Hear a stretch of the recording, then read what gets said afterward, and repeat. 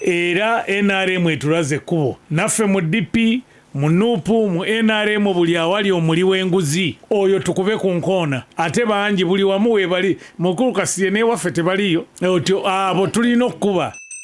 kaakati tewali kuddamu kwekwasa nga bwenzize enjogera nti abali b'enguzi bali mu Uganda wano buli wamu weebali NRM mwebale omuntu bw'abazi mbadde mugamba gavumenti ye NRM terina kyekola kati evuddeyo nebalaga nti banne wadde muntu waffe ne twagadde tubeere ekyokulabirako ate bambi bano abadde bazye bakubedde kamulyo nti ate lwaki amonge kaba mukwateko amaanyi gasusse nnyo pulezidenti n'agaba miliyoni 5 gwe n'ogaba 10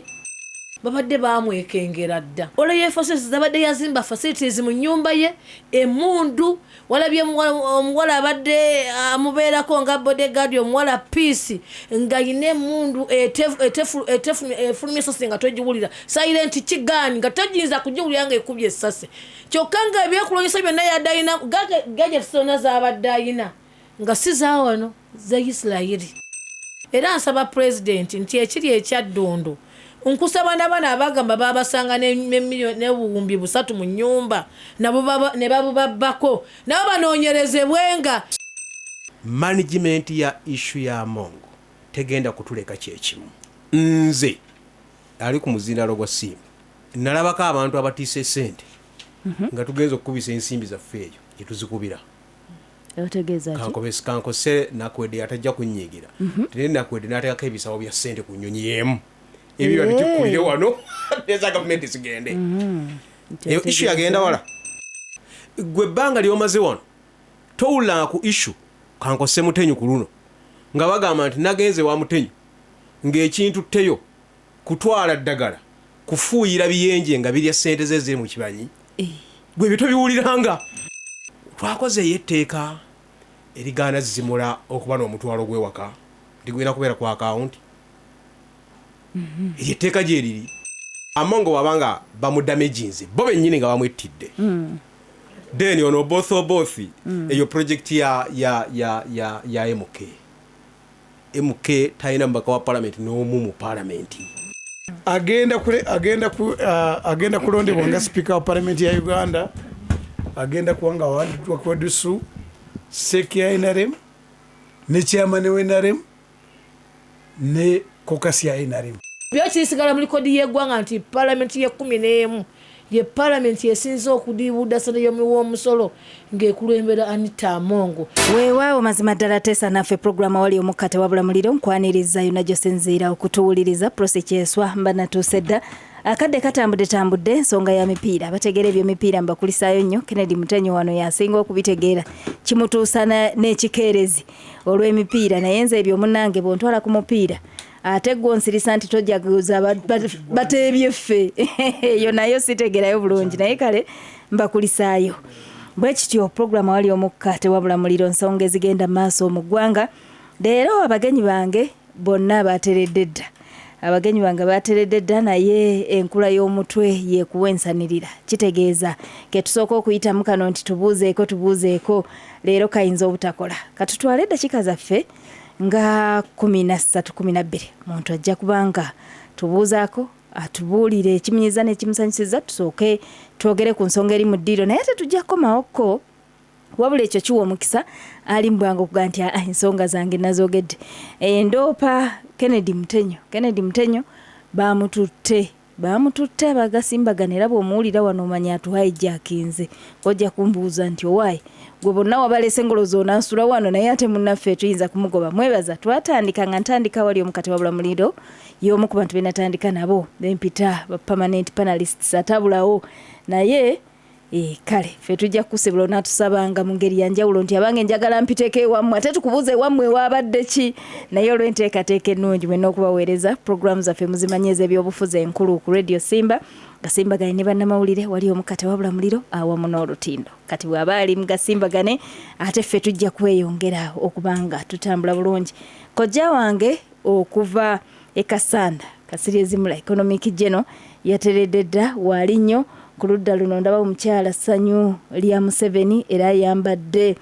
mukama we ng'akutte ne Bayibuli agiwanise bulungi ndowooza twoleka ebyaliwo olunaku olwokubiri nina omubaka omupya akyayo kyeyakalayira Mama Kayunga mukyala Harriet Nakwedde nze mbagambye nti munaku 2 bwembanga no gwenda batemagana bwati kati ate mulinde parliament agitulemu omwezi bujja kukiwulira Kennedy Mutenyo wali awamu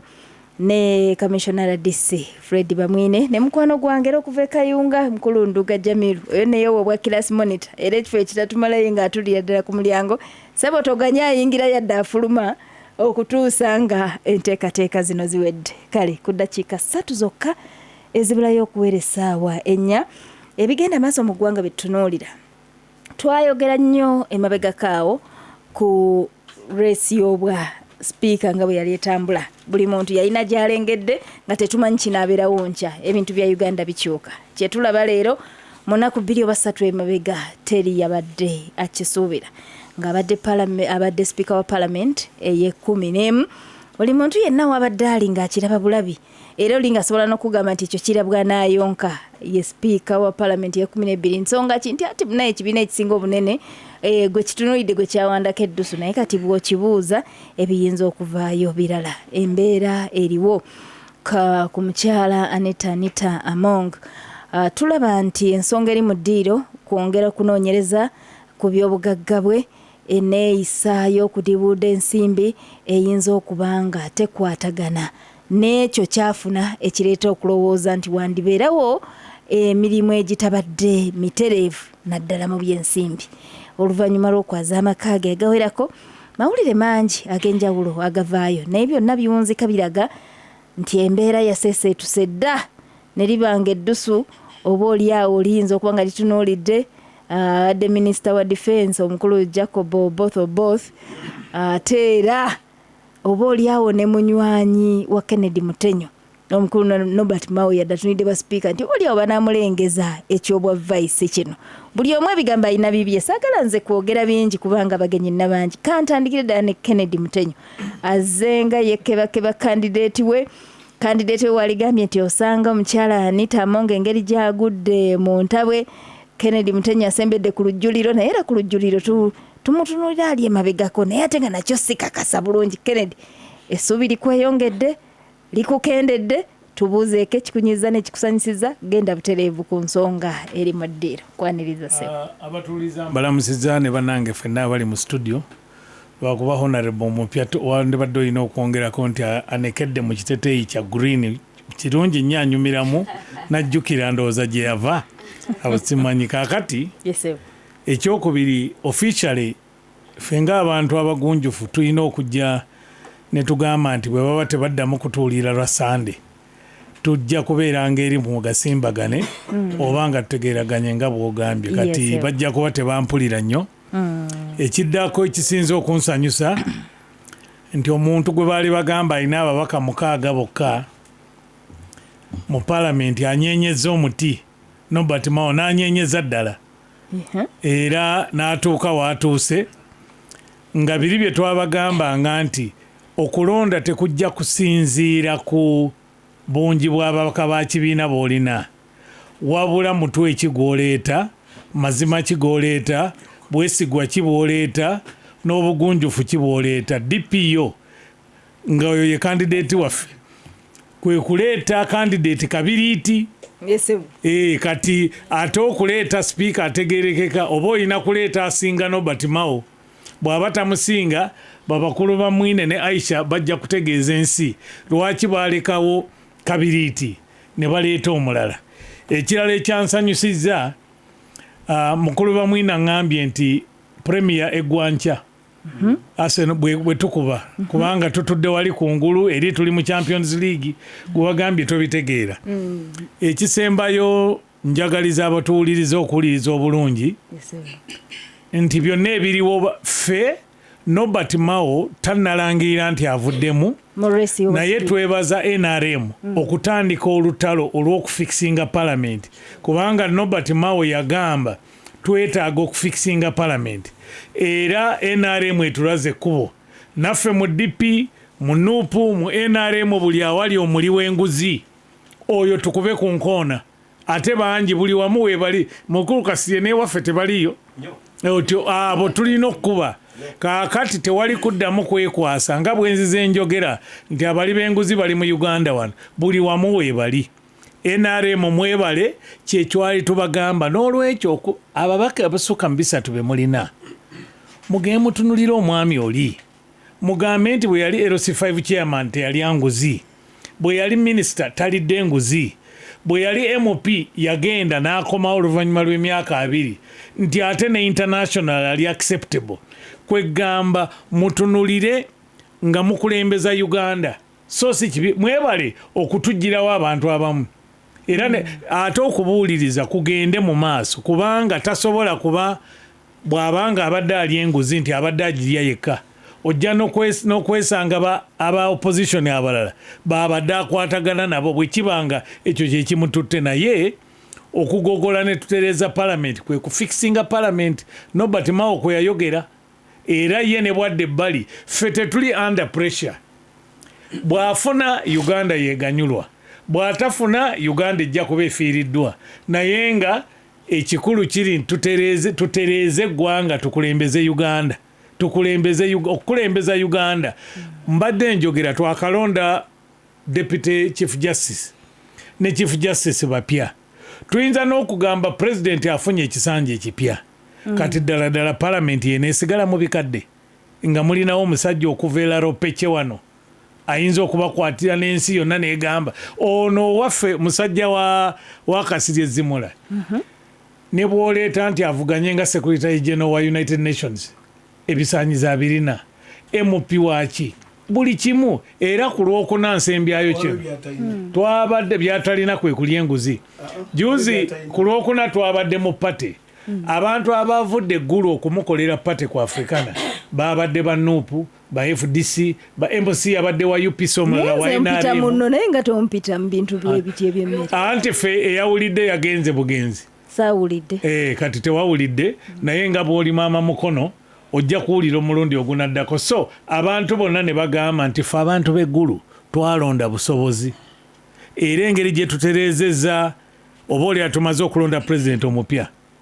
Chief Justice ne Deputy mupya gavumenti erina amasiga 3 kati okufixinga palamenti eno kyekisigadde nga tulowooza Nobert Mao ajja kwesimba mu maaso ga NRM caucus abagambe mundaba bwe mbadde minisita wa justice nkoze bubi Kennedy wangi maama nyama ntono kayana eri mu nkwawa obubonero tubulengera eneyanika Bayibuli yaga nti mulengera ekirenga kiva egindi ne mugaa nti kati yenaatonya ku luno teetonye kaakati okusinzira bwe tulengera tenenva ne kuwa Bayibuli ne waffe seetaawo batugabanga ekire kikuttewa kikutte namiryango eyo yakuyiika mwanula engoye naye nga bwe kikwata ebbajjo tetwanula kyolengera obubonero bulinga obusima nti wabaawo omukisa gwonna guli ku bwa deputy speaker bwosinga bwe buba buzze mu bwaniriza kati nkuddamu bwe ndi kubanga siri mwogezi we naye njagala kujjukiza twali mu studio wano ne bamwino ono ne tugamba nti waliwo ebbaluwa gye baawandiika chairman wa NRM ne Secretary General nti tuweereza amannya gano 2 mu kokasi abantu ne bagamba kyawedde dda ne tubagamba any other issues bamwino ozijjukira issues aliwo kaakati ne ku luno abakulu bali bagambye ekisooka aba PLU nti ffe muzeeyi gwanaatuwa gwe tujja ogenda naye kaakati ono omwami simulinaako tabbu mulungi nnyo gwe baleese bamuleese nti kati gwe baagala okuleeta ekitegeeza bwadda wali ka issues kakyaliwo nga bapima Nobert Mao n'abalala kati NRM kiri eriyo bw'eba eyagala quality gweronde mumanyi njagala okwongerezako kyo kyennyini kyoyogera ogambye nti nga tugenda mu caucus statement y'okugenda mu caucus njagala ngikukoppereko mu nnaku ntono emabega era n'ali mu kifo ekyo kati gwe kyokya kibaddemu yagavayo gagamba nti bwe yatuula n'omukulu era twalona tukubaganya ebirowoozo nga tugamba omutuufu alonda sipiika yani ffenna ne tumusongako abatali kwesala tugamba nti naye omutuufu alonda y'oli n'alyoka zeeno kati yali mu maaso ge ng'amuga nti owange stepping down for ensonga ze yamuwa onamuga nti muzeeyi tugende mu kokasi namuga ate ebiba bya kokasi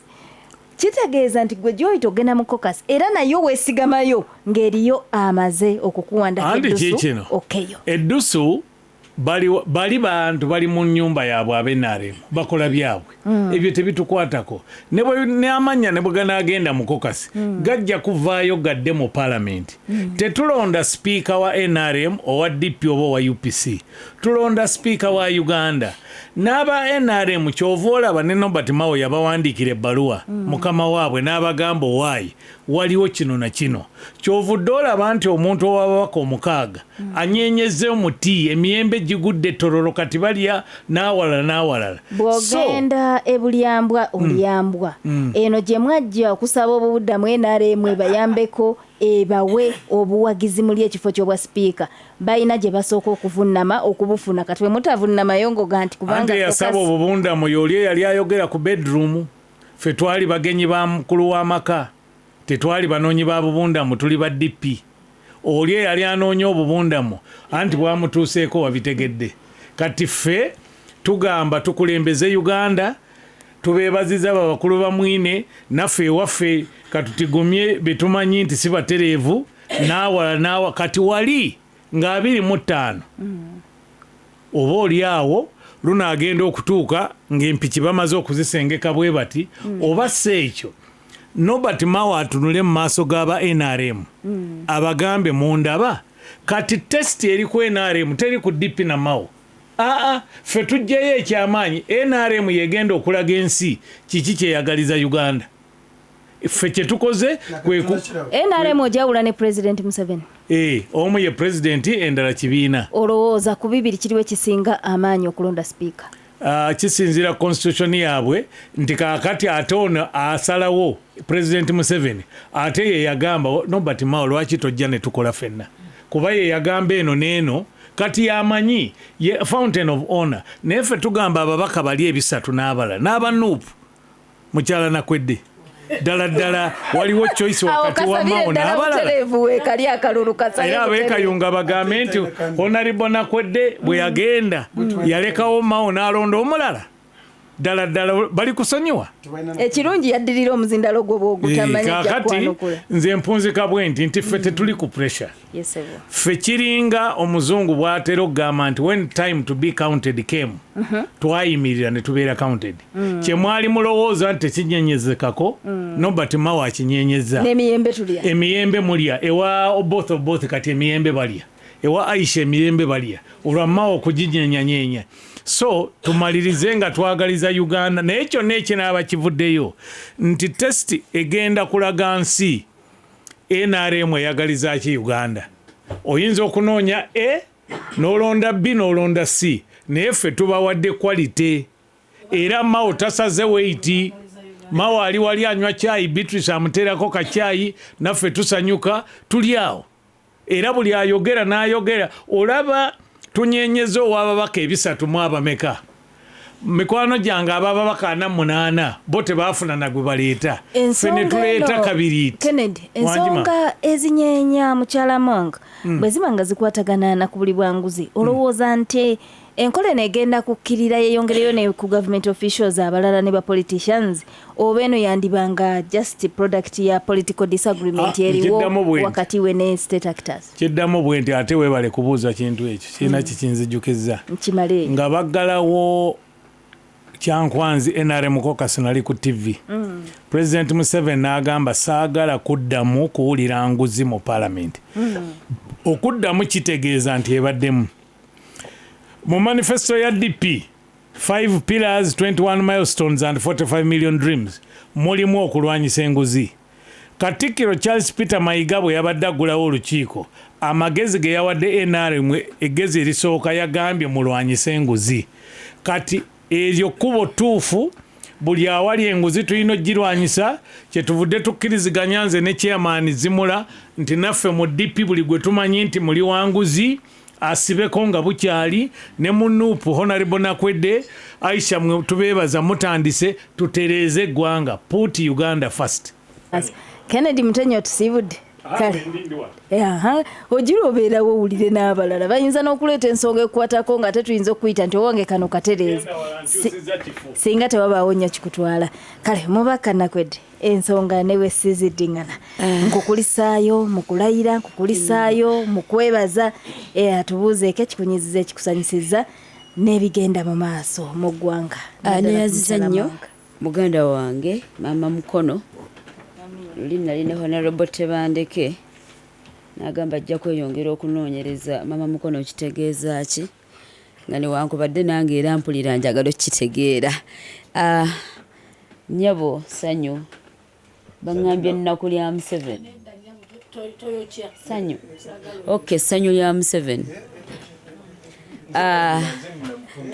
oyo yalimuyise kati nze mbadde manyi beetegeera nnyo naye kale togulekerera baganda bange muzeeyi waffe ono taata abateesa mwenna abazze akawungezi k'olunaku olwaleero ku puroguramu yaffe eŋŋanzi awali omukka tewabula muliro.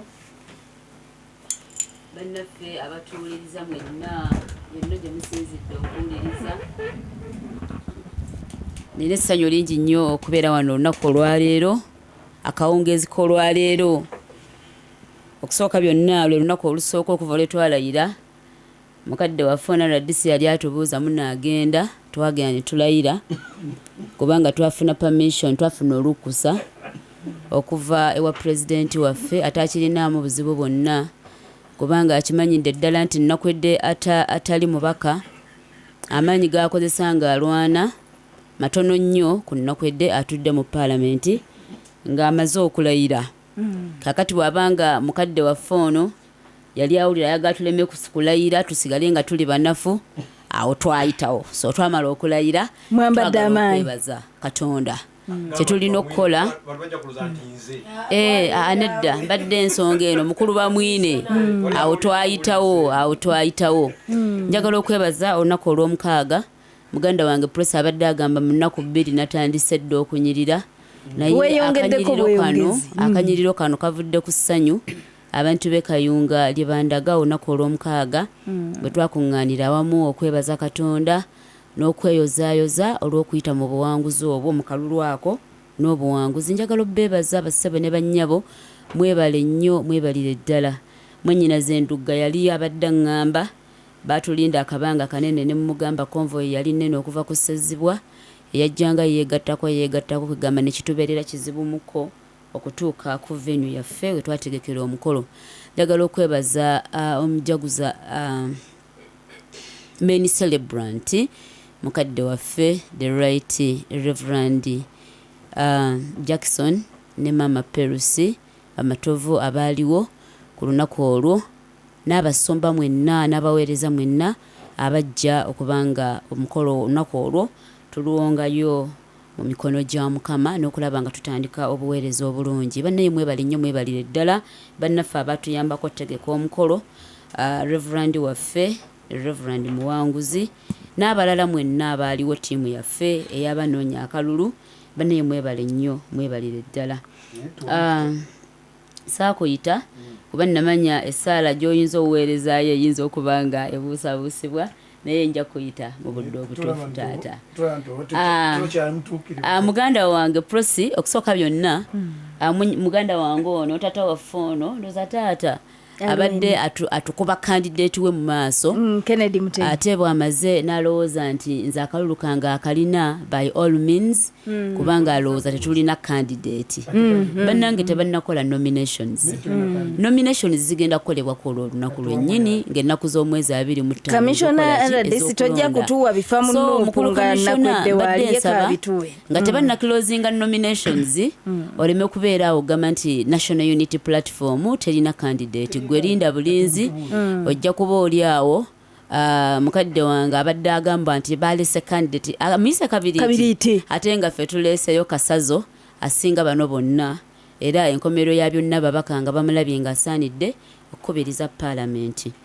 Ensonga ezigenda mu maaso mu ggwanga zisanyusa teziwa nnyo ssuubi newankubadde tulaba waliwo abadde agamba nti kyali kiri ku sowaani nga buli omu alaba muganda waffe kati ffe ng'abakyala of course tuwulira ennaku kubanga mukyala munnaffe tubadde tugamba the speaker owa parliament eya Uganda mukyala naye twebuuza ekintu kimu ensimbi ennyingi ezo ze baŋŋamba ezisangibwa mu nnyumba emmotoka ey'amaanyi n'ebirala ebigwa mu kkubo eryo twabiraba ddi era y'ensonga lwaki obwa sipiika bumugibwako nsonga ya nguzi oba waliwo ensonga endala era ekibuuzo kyala kye nnabadde neebuuza baakitegedde ddi baakitegedde kati oba baakitegeera dda waliwo bannayuganda we baaviirayo ne bagezaako okkuba enduulu nga batulaze ennyumba ey'amaanyi nga batulaze amatendekero ag'amaanyi eyo mu Bukedeya nga n'omukulembeze yagenze okuggulawo agamu ku go era komenti ebiseera ebyo yali nti nno omukyala oyo amwagadde nnyo mukyala mukozi nnyo mu bbanga ttono nnyo bwe lityo asobodde okutwala enkulaakulana ewa Bukedeya kaakati twebuuza bwebuuza bwe tuba tweyongeddeko emyaka emirala ng'ebiri okuva ekyo lwe kyaliwo kakati ate bw'ovaayo n'ogamba katulaba obuli bw'enguzi obususse era tugenda sooka tukuzze wabbali tukunoonyerezeeko n'ekifo ekyo okusinziira ku mbeera eyo tosaanidde kukibeeramu era tulaba mukadde waffe ono komishona bateekateeka ndowooza okufuna omuntu omulala oba abantu abalala be banaafula bafulaga beera baabwe be banaaleeta mu paalamenti babanominatinge olw'ebifo ebyo naye ekibuuzo kyange ekisooka Anita Among alina ekyuma ekikuba ssente kyakubiri yonna Anita jjajja ssente azijjayo yekka oba alina n'abalala baazijjayo nabo omukyalo oweerwengo kwekubuuliriza okukyagenda omukyalo oweerwengo eyabadde ki bamuyitaani omukyalo oyo so gwe yogere kyabaddewo nze nja kubuulira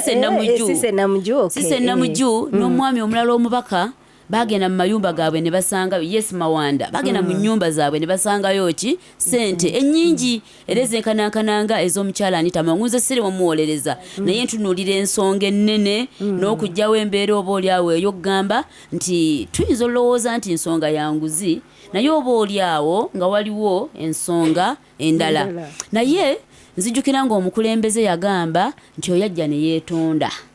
kati ekibuuzo kyange kyala kiri nti Anita singa agenda ne yeetondanga Namuju bwe yeetonda naye asobola okusonyibwa kwegamba kyekituza kweri embeera egamba tetuyinza ffe okulowooza nti abakulu kati kino bakisa ekisanja akuna kulaala no more sleep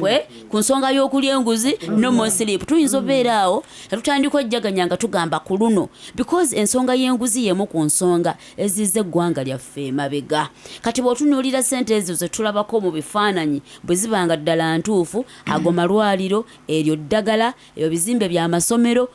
ezo nguudo zaffe obubenje bonna bwe tufuna olw'enguudo embi kyokka ate era nga teziri mu nnyumba ya mukyala Anita yokka Honorable Anita naye nga n'amayumba amalala ssente ezituuka okubanga zikola ki kakati ffe tusaba ekintu kimu tukanda kuweza eno zibuze muffe naye nga zirina we zikuŋŋaanidde naye nga ne mu mayumba g'abantu gye ziri bw'aba Anita teyazikuba mu kyuma nga azikuba mu kyuma then kitegeeza nti bw'abadde nga ajjayo ebisawo waliwo ne banna abalala osanga ne mukadde waffe ono komishona naye ng'abadde nga alina engeri n'ejjakolaki jajjayo bannayuganda tuveeyo bwe tuba tugamba nti tulwanyisa nguzi tulwanyise nguzi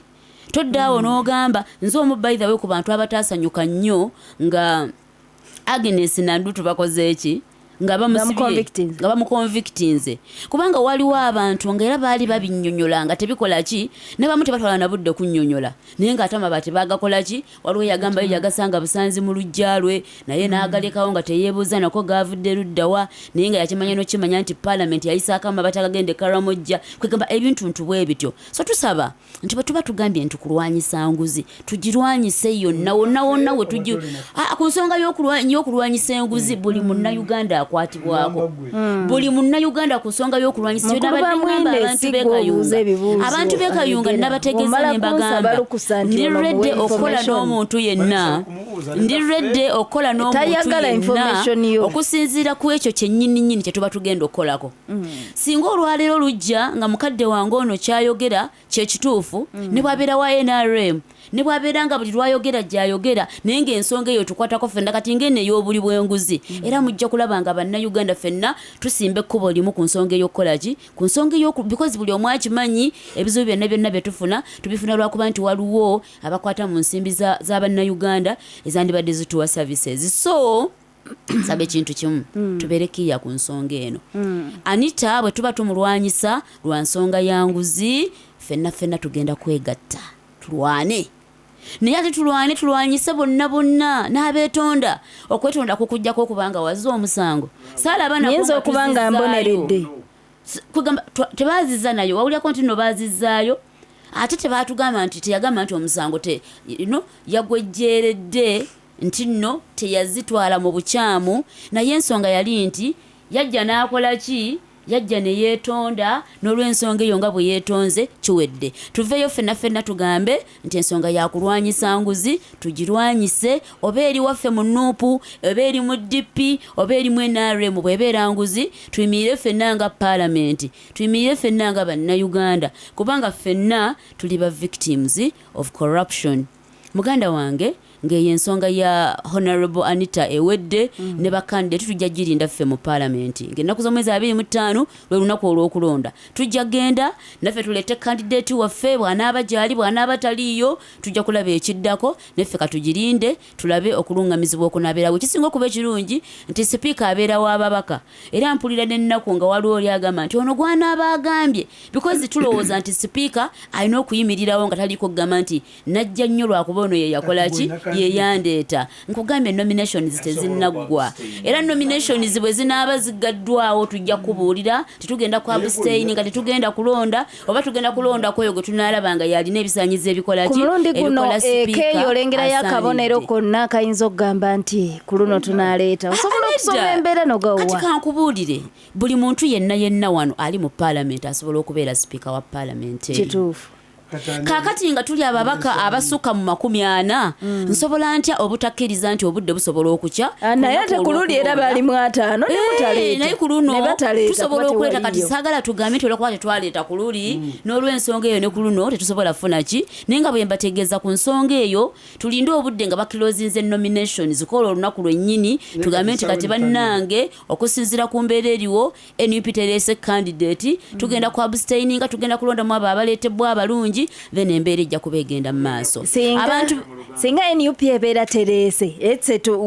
we are just assuming now NUP terese naye nebawa ebbeetu erigamba nti tetuleese naye mutunuleemu buli omu ateeke ku minzaani alaba asaanidde kabiriiti tasaanidde tebannaba munominatinga kabiriiti naye alowooza waliwo ekiyinza okulemesa muganda wange ze saagala kwogera ku bitannabeerawo we twogerera wano tetulina candidate yenna ku bwa sipiika tetumulina abakonkona we bali kitwala obudde njogere ku bantu abatalinakola ki yensonga lwaki bwe tubeera mu kalulu byonna obikola ne bamala okunominatinga kati nga bagamba nnakwedde Harriet candidate ku kino ekifo so wano we twogerera tetunnafuna candidate NRM terina NUP terina DP terina okimanyi nti okuva ekyo kati tekyewalika kwogera okuva obuwanguzi bwe buzzenga bubbibwa nti ne ku kisanja kiri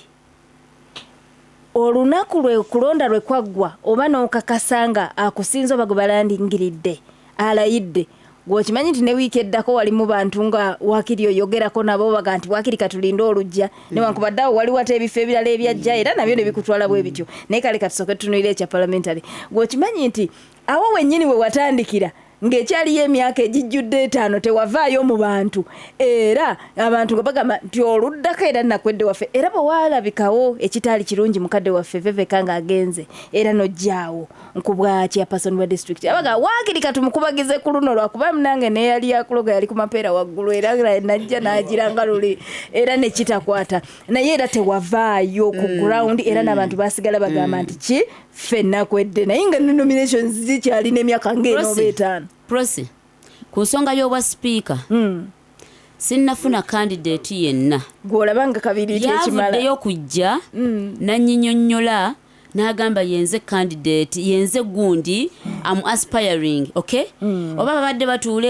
batuula eyo nga yemugambye nti kabiriiti yakutumidde mutenyo otudde naye akulya abyogedde essaawa eno sinnamutegeera tannaŋŋamba bw'omuyita kabiriiti kitegeeza ki byonna byonna neetaaga obitegeera nga candidate ayimiridde mu maaso gaffe mmanye nzikiriza eddakiika emu asaba akabiriiti kakola katya awo nawo tuveewo nga tutegeddewo. Akabiriiti kategeeza nti kabakamu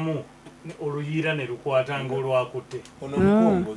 microphone enjagiyewala tenviira mu bulungi muganda wange ng'ensonga y'obwa sipiika tugirinze ng'ennaku z'omwezi 25 nsaba onzikirize njogereko ku nsonga ye Kalangala. Kalangala twafiirwa omuntu waffe kituufu tugenda e Kalangala mu maanyi kyamanyi n'essanyu lya Museveni ali wanawoomi era naye jagendera mu maanyi ayagala twala ebitaali byabwe naye abantu b'e Kalangala twagala obbategeeza n'okubasaba nti omwana Nakimuli oyo we yava ekifo ekyo kyali kya NUP era tulowooza nti omuntu gwe tugenda okubateerawo ajja kuba omuntu asunsuddwa obulungi ekibiina kyaffe era nga tulaba ddala ebisaanyizo ebiweereza abirina. So tugenda kujja eyo era tweyongera obbeegayirira okubasaba omwana wattu oyo anaaba aleetebwa alondebwe ajje abeere nga dda mu kifo kya Nakimuli abeere nga yeeyongera okuweereza ku lw'obulungi bw'ekibiina kyaffe kya NUP naye okusinga ennyo ku lw'obulungi bw'eggwanga lyaffe Uganda. Kyeswa dakiika 28 ezibulayo okuwera essaawa 5 abakulu nkyali nabo mu studios mukulu Kasirye Zimula wali yateredde dda muzindalo nguwadde essanyu lya Museveni yajja mukwano gwange Nduga Jamiru akyali waawo ne Commissioner RDC ate era Mutenyo tannagenda waali ne Honorable Nakwedde tukyali naye olw'okubaganya obulungi ebirowoozo tuwonzike program nga ddala ensonga tuzitaanyiza. Ssanyu lya Museveni tubuuzeeko ekikusanyusiza ekikunyiizizza embeera eriwo kati ku abadde sipiika. Nyabo neyanza mama mukono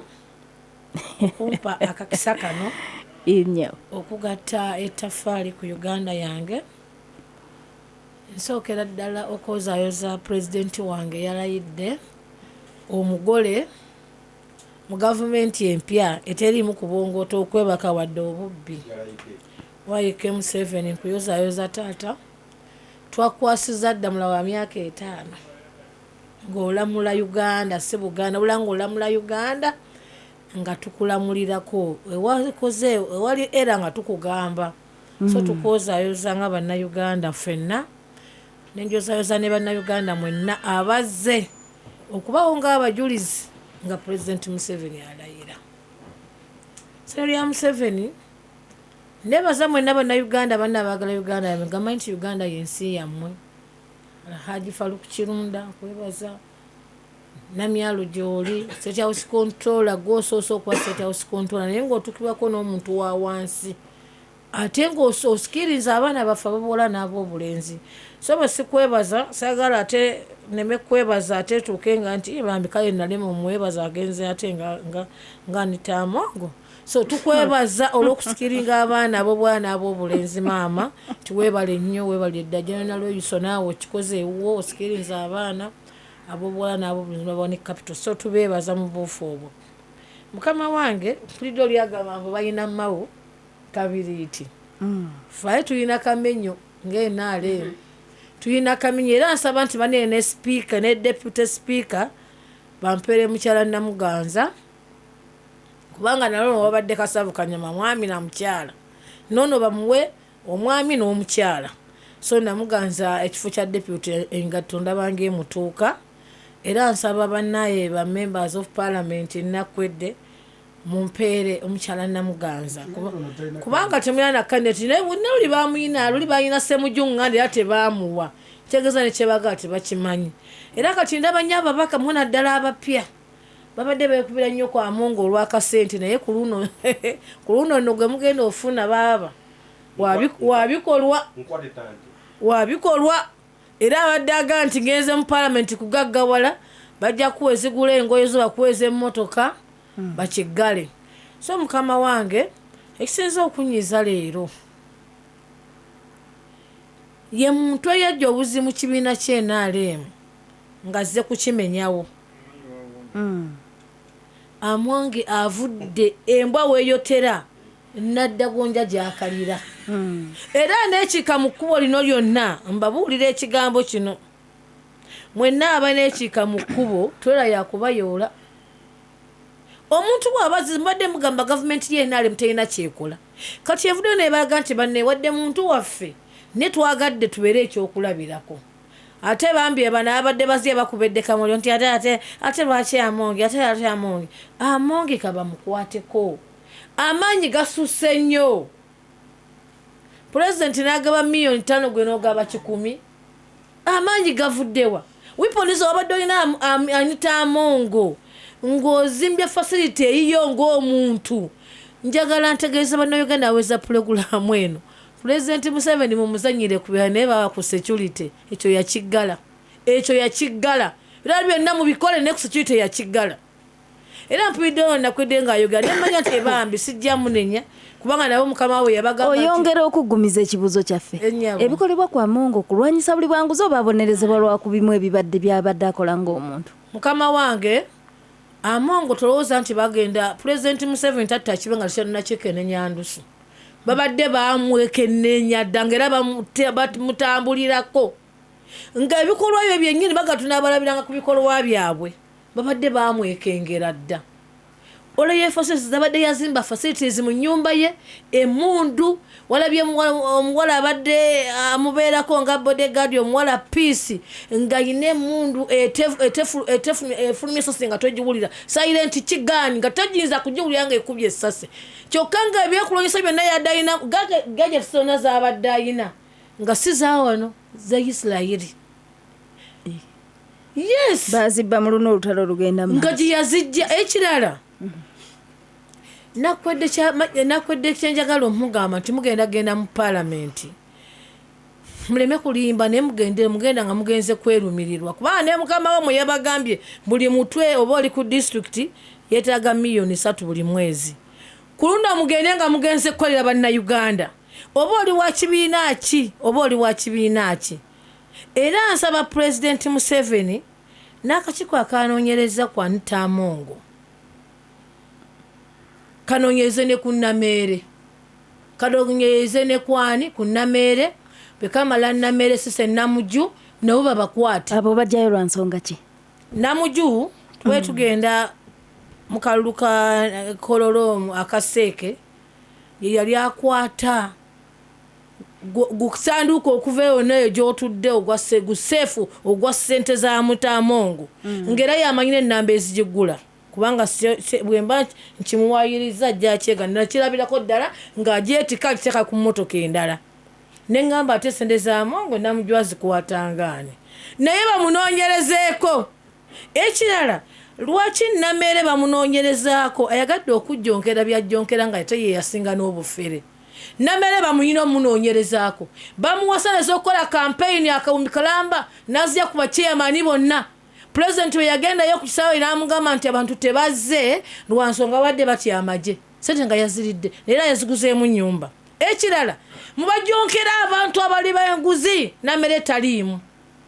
Kitaawo nkuze mumanyi ngo tuzimubuuza tumanyi gye zayita enzige zennyini ze yalya tetumanyi sale ziyalya ku nzige natukadde okugamba tulinayo neza yere ezijja omalira kife natukusimbye amaaso ne tuwulwa kye tugamba bw'abanga ayogera oli wa mu nju ye ffe kati tuwaka ne tutya ajjokera ababbi nga obubbi mu nju ya kitaawo tebuliimu enzige zajja natugamba nti ate waliyo ezirya ennyo eza yere ezijja zesinga okuba embi ennyo. Mpozi enzige zatulira sente zaki nzijjukira wangulu ate yazigoba biki yagamba waliyo ezijja bamwese kwaliko okugula amayinja tusikeyawo enzige ezo mu biseera ebyo mwalimu ebintu bingi kati oyagala okujjonkera abalala Nameere balina okunoonyeza. Ekirala bamukutte n'obuwumbi 2 manya 2 mu nnyumba ye obuwumbi 2 ne bagaba babutadde mu twezale y'eggwanga naye nga obuwumbi 2 mu nnyumba bwe mwabusanze alina n'obusinga ku ezo gwobumanyi gye buli balagirire babunoneyo anti babunoonya onaagenda ekibuli nobatemyako era webuli kubanga nameeto oyinza kubana olina obuwumbi 2 n'ogamba ntize bankwasa 2 bwe baleeta oli Jacob Obosi nga nze ndi campaigningira nga mpa ababaka katwogere kuze tulabyeko naye ze tutulabyeko tuba tumanyi gyeziri twogere ne gyeziri bazinone sebo nyabo buli lwosanga omuntu nga mubbi kyolaba kungulu kiba kitono okusinga kyakwese yamanya nti otebereza nti we balabidde zino wali ezisinga kwezi teyajja kuziraba ngeri gyakwese akiba ye ya munda nnyo teyajja munoonyerezaako naye kyanyiizizza ate namere kumuteerawo baali mu kamya ne bamugjamu ne information endala ne bamubuuza ne ssente endala osanga yaweddeyo talina biyaweddeyo President nkusaba abantu bano muba mubakutte ne security temubata batugambe buli awali ssente we baziteeka nawe kutombuza ne point ino muno yagenda gwate mubabuuza toliimu Bob Wine yakyasinza ogenda obuwumbi bwe ssente bwa Uganda ng'agenda mu America gyali yakyasinza ogenda ne ssente baganda be banywa amafuta baguli babaluwa amafuta ku kaadi $5,000,000 buli mwezi ono yefula bamukubidde e Masaka kati bebawa n'abawa tusookere kwani bonna mufere kubanga bateekawo kibeera bonna buli mufere bamukwate bw'ogamba nti baali bamuwadde buwi genda ku basekezi gundi wammwe simanya leader of opposition yagenda n'agamba nti gundi yabba bamuwa $5,000,000 mpuuga ye yafuna $5,500 temwamujjonkera n'agenda ewona omukyala omanyi bamutulaki n'amuggyako 1.7 billion yamwennyini temuvuddeku ekyo mwamusinza n'okulesereza omuwi w'omusolo amongi mumulidde era kyova temumwogerera nnyo n'abawa 1.8 ababaka 10 bwe bagende mu Namibia mbagenze ku benchmarking bwe baavaayo kye baatubuulira so amongi njagala bamukwatire ddala byakyalina ebyobugagga n'ebyokulonyisa byebingi bamusanze ne bokisi za ssente dollars ng'ate ne sente ze baali bakutte omukyala wa URS yali akutte zaali za Amongi zinyabo zino ze bakyabuuzeza kontena mama zaali za Amongi ago gajjawa Amongi sente zaali ziva na ttake mama zaali ziva era nsaba Amongi eno bamunoonyerezeeko ddala wabadde ayagala kuyeekera gavumenti yayavuddeko n'etteeka erigaana ssente okuyingira nga zituuka mu $1,000,000 okuyingira mu ggwanga nti baali bamuleekinga dda ye n'alowooza nti yali bazanyirako tebategeera naye yaviirako n'etteeka eyo sente zaabadde ayingiza mu ggwanga mumwebuuza omukazi agaba ssente yakka mu nnyanja ate aziyingiza ate yazibe ekkuba erizireeta maama nnyabo talina byaziba abadde muyita muyinza mufuna kubanga era yakyogedde nga ngebwembeera mubbi solo ga siri mubbi naye nga nze kafulu yabadde akiziba yayisengawo ng'ayisiza mu kagoozi ng'eggwanga terimanyi era nazino zajjidde mu bibokisi ng'oyinza ga mulimu ng'oyo babyamaguzi naye nga mulimu $. Dollars yabadde aleeta mu nnyumba ze basanzeemu. Kati tugendere ku nsonga. Olowooza enkola eno gavumenti y'omalirivu okugitambuza okukka ne ba government officials abalala basangibwa mu buli bw'enguzi n'ababaka ba paalamenti oba eriiso lyatunuulidde omu olw'ensonga ezeekwese. Nze era saagala nga sinnagenda ku kyombuuzizza. Njagala Amongi ebintu ebyo byonna gavumenti ebitwale ebitunde ne bwe binaaba byange sente zizze ku muntu twezale y'eggwanga. Buli gwe banaakwata paalamenti yonna balina ojjeera kubanga era nabo abafere mwebali oba BNRM oba ba opposition. Sanyulya Museveni, poliisi bwe beekola ebikwekweto byayo emirundi egisinga naddala ku bantu abanene tekkiriza nnyo na bannamawulire kwata era osanga ne zi-TV nga zigamba twabbiridde bibbirire ku simu ng'ebifaananyi n'okukankana bikankana. Lwaki ku Kyamonga balese nti buli ekikolebwa kyonna wakiri ne TV zikikwate boolesa ki ku muntu omu ekibadde kitakolebwa ku bali b'enguzi abalala. Wasoose n'olaba nga babibbiira buki byaliikinze buliikinzi basoose ne babibbiira nga bye tubbirira twogera ntuga nti mulaba tebiteredde naye bino tukwata birikiriya naye ekyasinza okukigeza ne bakitegeera nti bagenza okulaba nga security y'amaanyi ate ow'amawulire profession y'okukwata amawulire ng'alina okukwata ate bulijjo gye batukubira baba tebamanyi akukuba kirala ne profession yo kirala kakati kyensaba gavumenti bwe mba mwakutte Amongi ye mwamutaddeko mwamugyeko passport ne bbaawe n'abakungu abalala bakwatibwe. Omukyala oli yadda mu Kyabetekemya nawulidde agamba nti nze nyina ebbaluwa 2 ng'abantu bantuukiridde bagamba omukazi oyo anoonyerezebweko kubanga Eswabagasa gy'alina ku ssente w'omusolo esusse. Ekyo nga nkimaze era nsaba bannange General Muhoozi nkwebaza for the first time. Ekisanja no sleep no corruption kyatandikiddewo ekitegeeza kigenda bwe kityo n'ekitebe ky'enaale mu nsaba nakyo kyerebwe ekitebe ky'enaale mu buli institution yonna eri wano ng'egenda mu ssente nnyingi bagibuulirize. Abantu batadde ssente mu mayumba kati agoyo amayumba gonna gabadde gajjudde nga takyasitwana ku akawunti nga yazifulana mu faliso. Bakwate buli muntu yenna alina ssente mu nnyumba.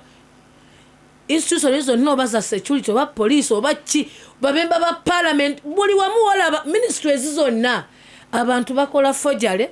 oli nayeta abantu abaafa n'abasamu nti bafuna omusaala nga teyagufuna. So banoonyereze buli muntu yenna kubanga twagala nga buli muntu bamukutteko kubanga ssente z'omuwa omusolo ezibadde zigana. Njagala nkutegeeze maama njagala nkwerekereze naye bw'obadde oyogera wayogedde ku mundu ezirabika nga zasanga zabbiwana mu lutalo olugenda mu maaso Isirayiri n'ebiringa ebyo ate nga tulabye abali b'enguzi abamaliriza bulijjo nga bayinaayina. Kinkomyawo ku kibuuzo kyange kimu nkusiibule ensonga z'amongo zikyali za buli bwanguzi oba yandibanga ate bino byoyogera byebirengeza nti yandibanga alina wabadde akwata awatakwatika nga bw'oli enguzi yo naye nga tokutteeka wawatakwatika gavumenti tekulinako buzibu. Ale yava mu kulya enguzi nga yafuuka muyeekera ngera yagala kuyeekera gavumenti ya Museveni toyinza giyeekera kubanga kiyasoma kitegeeza kuno si kulwanyisa nguzi kulwanyisa abadde muyeekera nga yeekera gavumenti nga tera muli wanguzi buuza ati abadde muli wanguzi kubanga tali muli wanguzi ssente baali zifunye zitya. Era nsaba pulezidenti nti ekiri ekyaddondo nkusaba n'abaana abagamba babasanga n'ebuwumbi 3 mu nnyumba nabo ne babubabbako nabo banoonyerezebwenga. Sasa tufe mu Radio Simba empologoma y'eddembe programu wali omukate wabula muliro tukyagenda maaso bigenda maaso mu ggwanga. Embera y'okutandika okuwera buli bw'enguzi eyatandikidde ku abadde sipiika wa palamenti omulundi ogw'11 byonna bwe mulaba awo we byasimbuse buli bwanguzi kudibuda ensimbi zino zivaawa kunoonyereza ng'era kyaviira ddala mu ofiisi ya kalisoliso wa gavumenti okutunuulira ebyobugagga by'omubaka omukyalo wa Bukedde era nga yabadde akubiriza palamenti ya Uganda. Tulina ebibuuzo kwenjagala twetoloolere nga tutunuulira ensonga eyo. Ebibuuzo 2. Enkola eno bwe kiba nga gavumenti esitukiddemu kulwanyisa bali banguzi tusuubire okugiraba ng'ekkirira ne kubalala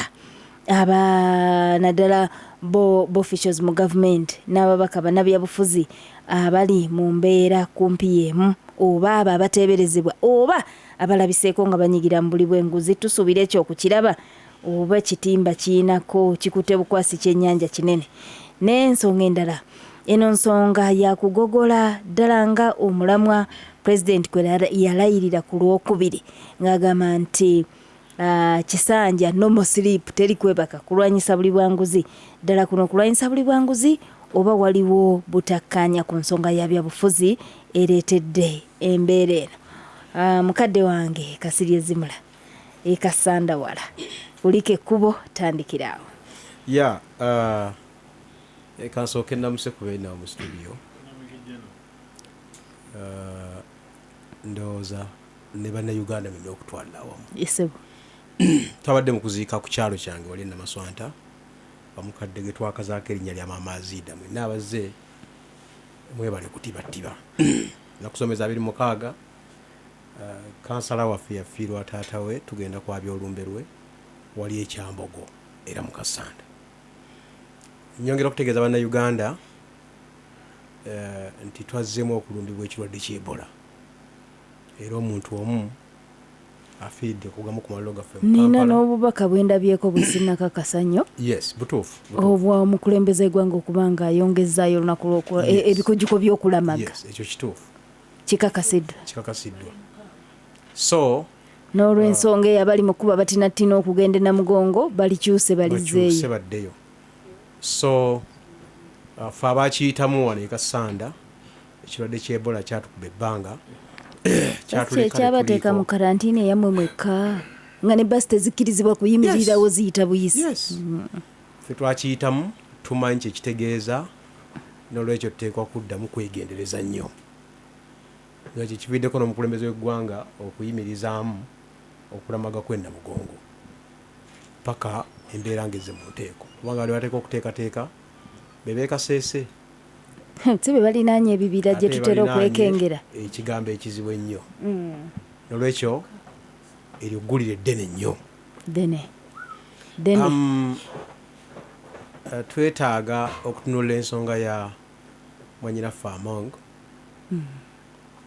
ne ishu yonna ebigyetoololerako. Nze ngenda kwawukanako ne bannange katono. Omanyi social media etabudde buli kintu. Bwekiri. Eggulu be libeeramu ennyukuta nnya nga social media erifuula lyana. Kakati bw'oba toli mwegendereza nnyo oyinza okubula kyogamba abantu ekyomuzinzi ku muzindaalo nga guno abantu gubawa ekitiibwa. Era ffe twegendereza nnyo bwe tuba nga tulina ekigambo ekyo tunaateeka ku mpewo ng'eno gye tumanyi tiriko abantu 30,000,000 abawuliriza. Kituufu pulezidenti w'eggwanga bwe yalayira ekisanja yakituuma teri kwebaka nekubadde era nga kiri ku ye yaleeta otulo tuba tumugondera nnyo byaleeta otulo era badde atwenyumirizaamu kasita tufuna ku tulo. Kati agambye abantu be nti kati bukyala ate kwebaka muzuukuke mwebase nnyo naye kumujjukiza bujjukiza nti era sseba agenza okugamba abantu obuteebaka abantu era nga bazuukuka dda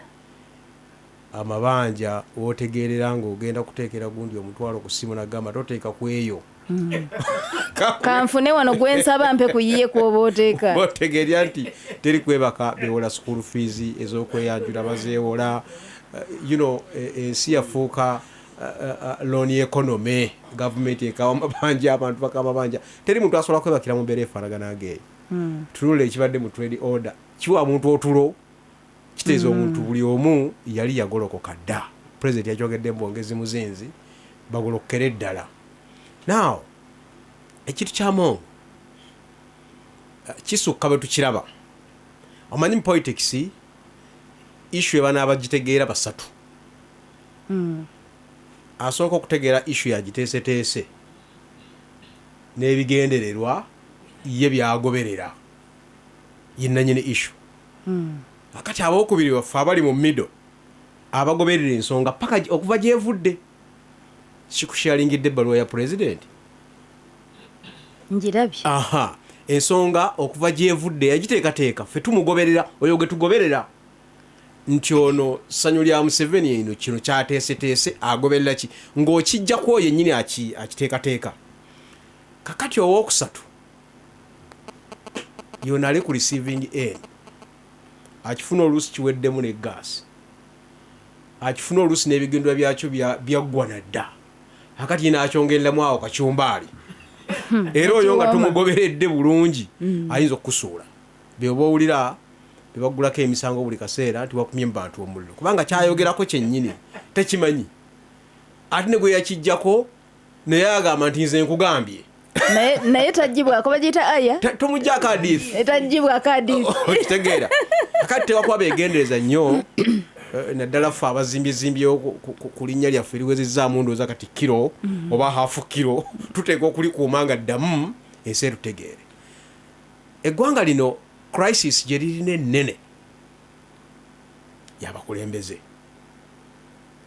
Eggwanga likendedde nnyo be tuyita abakulembeze. Tuli mu crisis y'abakulembeze. Ofaananye munywanyi we yagamba mbu abalonzi kati tebakyalonda bakulembeze beeronda bweronzi bo bennyini. Kati eggwanga eriri mu crisis y'abakulembeze bweti omukulembeze gwe tulabyeko bwe kibanga ekitogi ky'essaati kiyingiddeko munda ne tugamba nti oli shabe tujja bujja kitogi ne tukugamba nti weetereeze epeesa erimbu oba tewalisibye obanga bagasiba ekifuula nnenge tugamba essaati yo nnungi naye tereeza butereeza epeesa eyo tetwogera mafuukuule. Akati Anita Among nze simusinkananga nako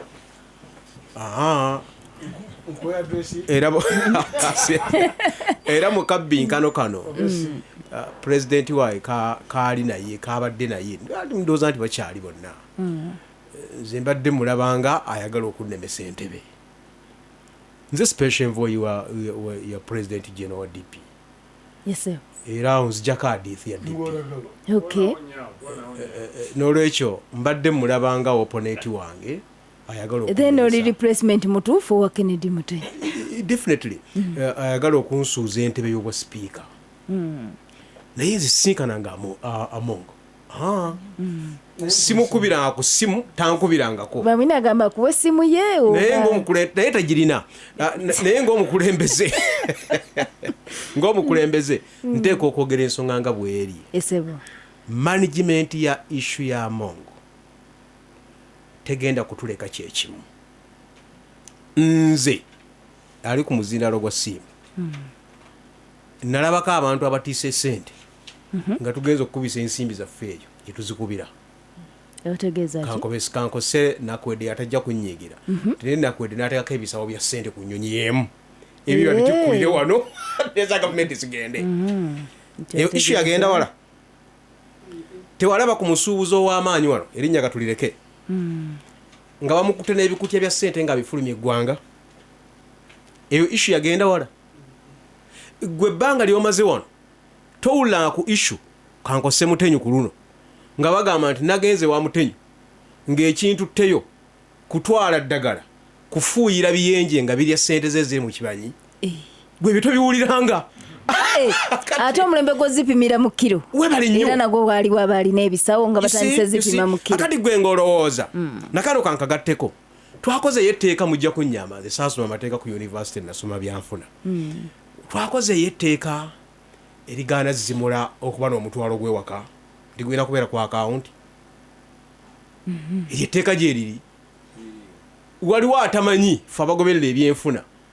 nti nambaazi z'abantu abaggulawo akawunti si mabanka zikendedde nnyo abantu kati bali ku mobile money akati abantu babeera nga bali ku mobile money nnyo okusinga commercial banks gwe tokimanyi nti zino mobile money zirina limiti zirina osobola okuwithdrawingako akawumbi ku mobile money akati zebemanga nsazewo neŋŋamba nti sente zange zigenda ku akawunti olw'ensonga emu oba endala sente zange sobola zikumira ku mobile money kubanga nnyingi nnyo tesobola kutuula ku mobile money nensalawo obuwumbi bwaye 10 obuteekeeka waliwo omusango gwemanzizza ndoze byetteeka okutunuulira then kanzireyo ku kiri oba okoze nnyo bw'olowooza nti Amongo ndowooza number 3 mu leadership ya movement am I right? Number 3 mubaka wa parliament kuno yayitamu unopposed bamugirawo emiziziko gyonna asobola okunoonya akalulu ka pulezidenti Museveni nga teyeeraliikirira kirika y'omu ku batono abajja nga tewaliwo omuntu amuvuganyiza abadde deputy speaker wo kaakati speaker amalako ekisanja nga tumutreatinga bwetyo tumanya nti olwo tuprotectinga bakulembeze era gw'olowooza ku biro nga bwe bitambula ogenda kumaliriza nga omuguddeko emisango egy'obuvunaanyizibwa titwakusanga ne ssente mu nnyumba owulidde emisanyo lya Museveni gyakivuga kizza tumanyi tutya oba mwana wa munju gye yabijje that is politics and it's not politics, it's politicking. The two are different. Tugezaawo ku politikinga issue Mwesi Abe yangambye nti gamba ssanyu lya Museveni nti okusinziira ku mawulire kati agatambula ani ono Nameere yagamba tebannamusanga na ssente yonna mu nnyumba ne bw'ogenda ku social media ejja kulaga obuwumbi 20 obwasangiddwa mu nnyumba ng'ayogerera gye bwavudde eyo social media okitegeera era tulina kuba beegendereza mikutu ki gye tukkiririza webali nnyo teri radio Simba oba radio endala yonna eyafulumiza amawulire agafaanagana bwe gatyo n'olwekyo tujja kusaba na movement nti nga bwe tutalina bakulembeze mu ggwanga lino bamala bakyayimiridde nze sifaayo oba wa Nuupu oba wa DP oba wa kibiina ki bweraba nga omukulembeze ayimiridde twagala tumukuume ng'ayimiridde era yalinze eyanenya aba Nuupu emabegaawo nembagamba nti okuzimba omukulembeze nga mpuuga n'omutuusa ku leva eyo weetaaga ebbanga ddene kabeera omutonotono nga zimula era weetaaga okuteekamu kinene akali bwe tusalawo tubatte tubatuge tetulina nanteekateeka ate ezimba balala omulaba nakwedde ono nze Fefe Kaserubogo yali omu ku mikwano gyange ennyo musajja yali munadipi nefa gye yafaamu nakati ebibuuzo bikyaliwo nere twagala bigendamu ne bwamala okufa n'aziikwa ssentebe wa disitulikiti Kayunga nakwedde najja nakwedde yali tamumanyi era nakati ndowooza bayitandabangako nakwata naye katiimu kange akatonotono nenga tugee tulwanirira entebe eno newankubadde kye twasanga bamwine ne banne bekoze mwanyinaffe Nabbanja n'abalala effujjo lye baakola eyo lyabankyaya iryabankyaya naye akati nakwedde byazaayitamu ezo blows zagenza ayitamu bamwine mugjeeko omuzindaalo byazaayitamu kati omukazi agenze yeetereeza era akyayongera kuyiga kwale mu palamenti gyagenze era agenda kubaako byayiga ng'omutta oga waliwo kamiseki katono bwe kati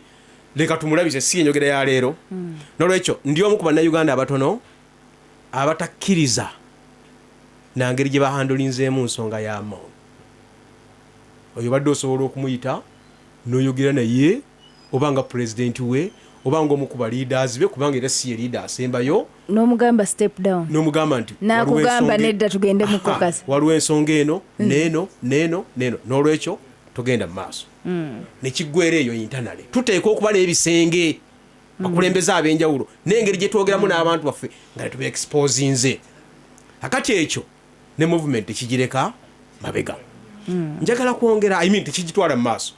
njagala kwongera kugatta ddoboozi lyange ku lyamutenyu newakuba lyamutenyu teryaweze nnyo naye nga nze special envoy eryange libadde neko Norbert Mao ali mu lwokaano in fact wetwogerera embeera singa etambula nga bwetambula tannafuna amuvuganya wangi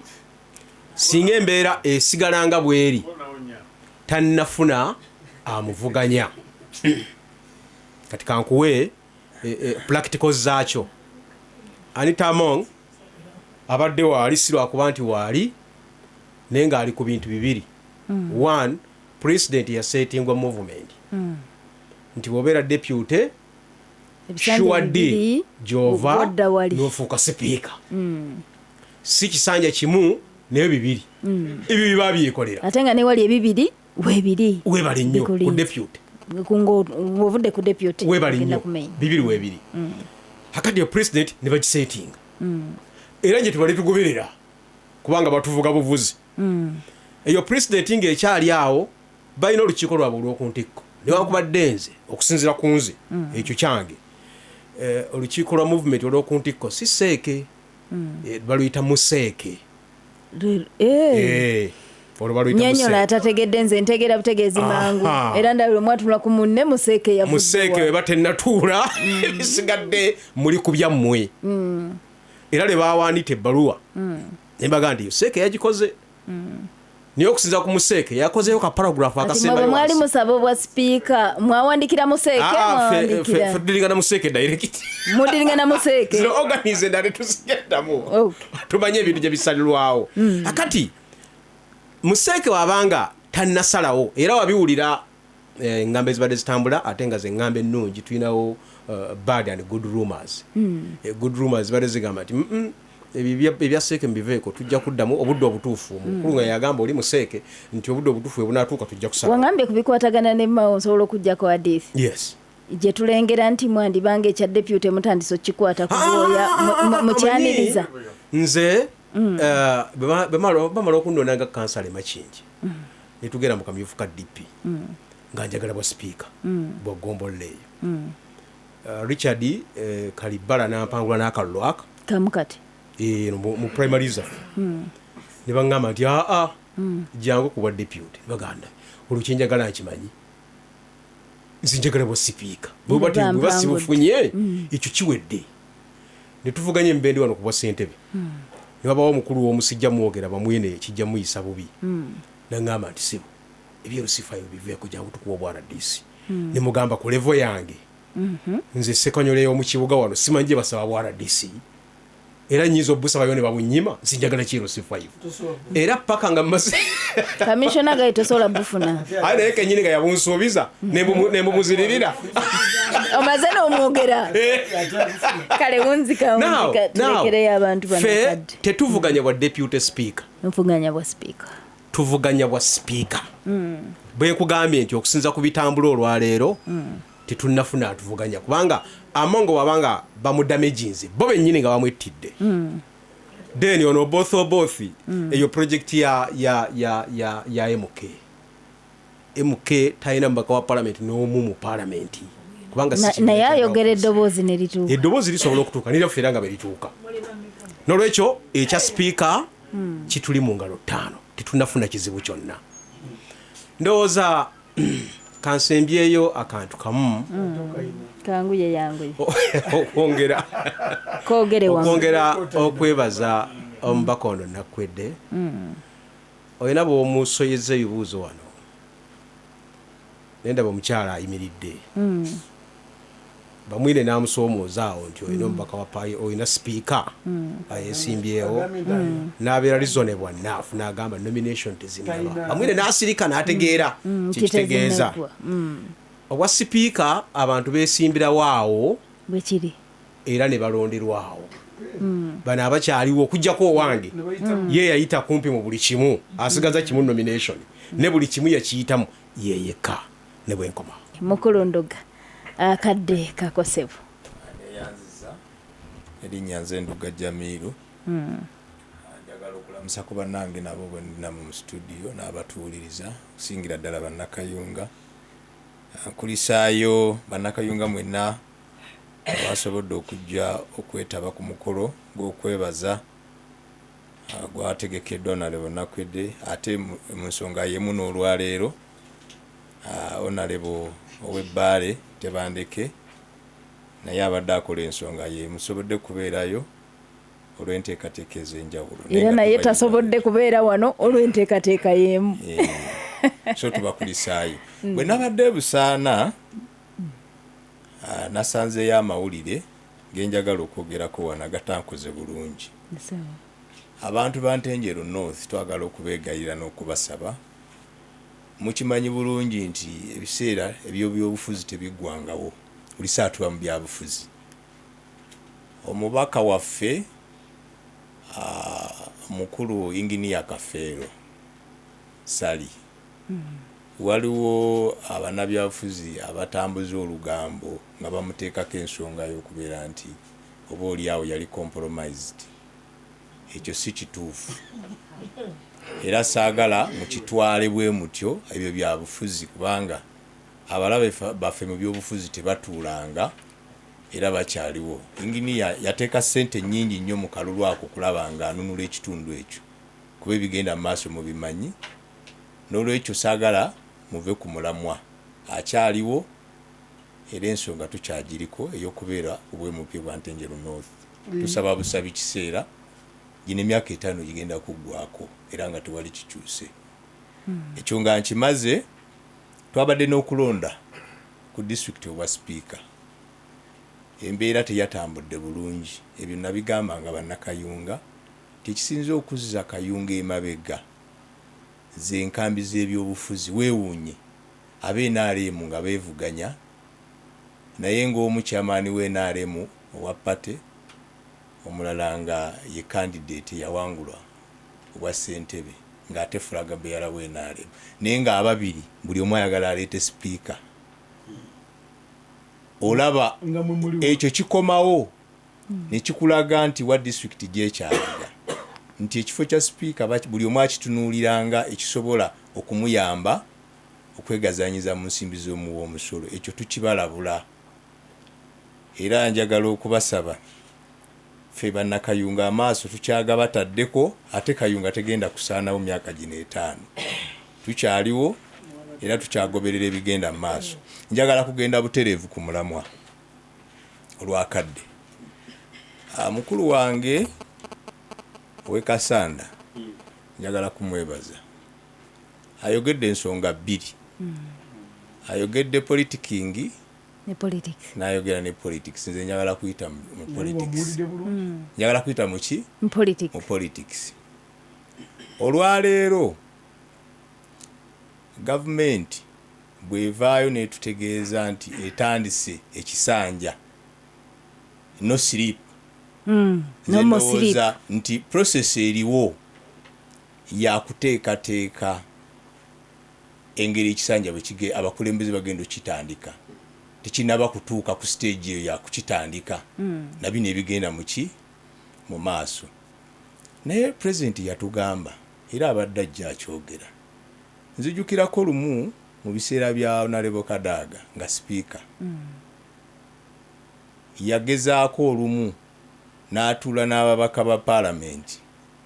Ne wabaawo ensako gye balowoozaako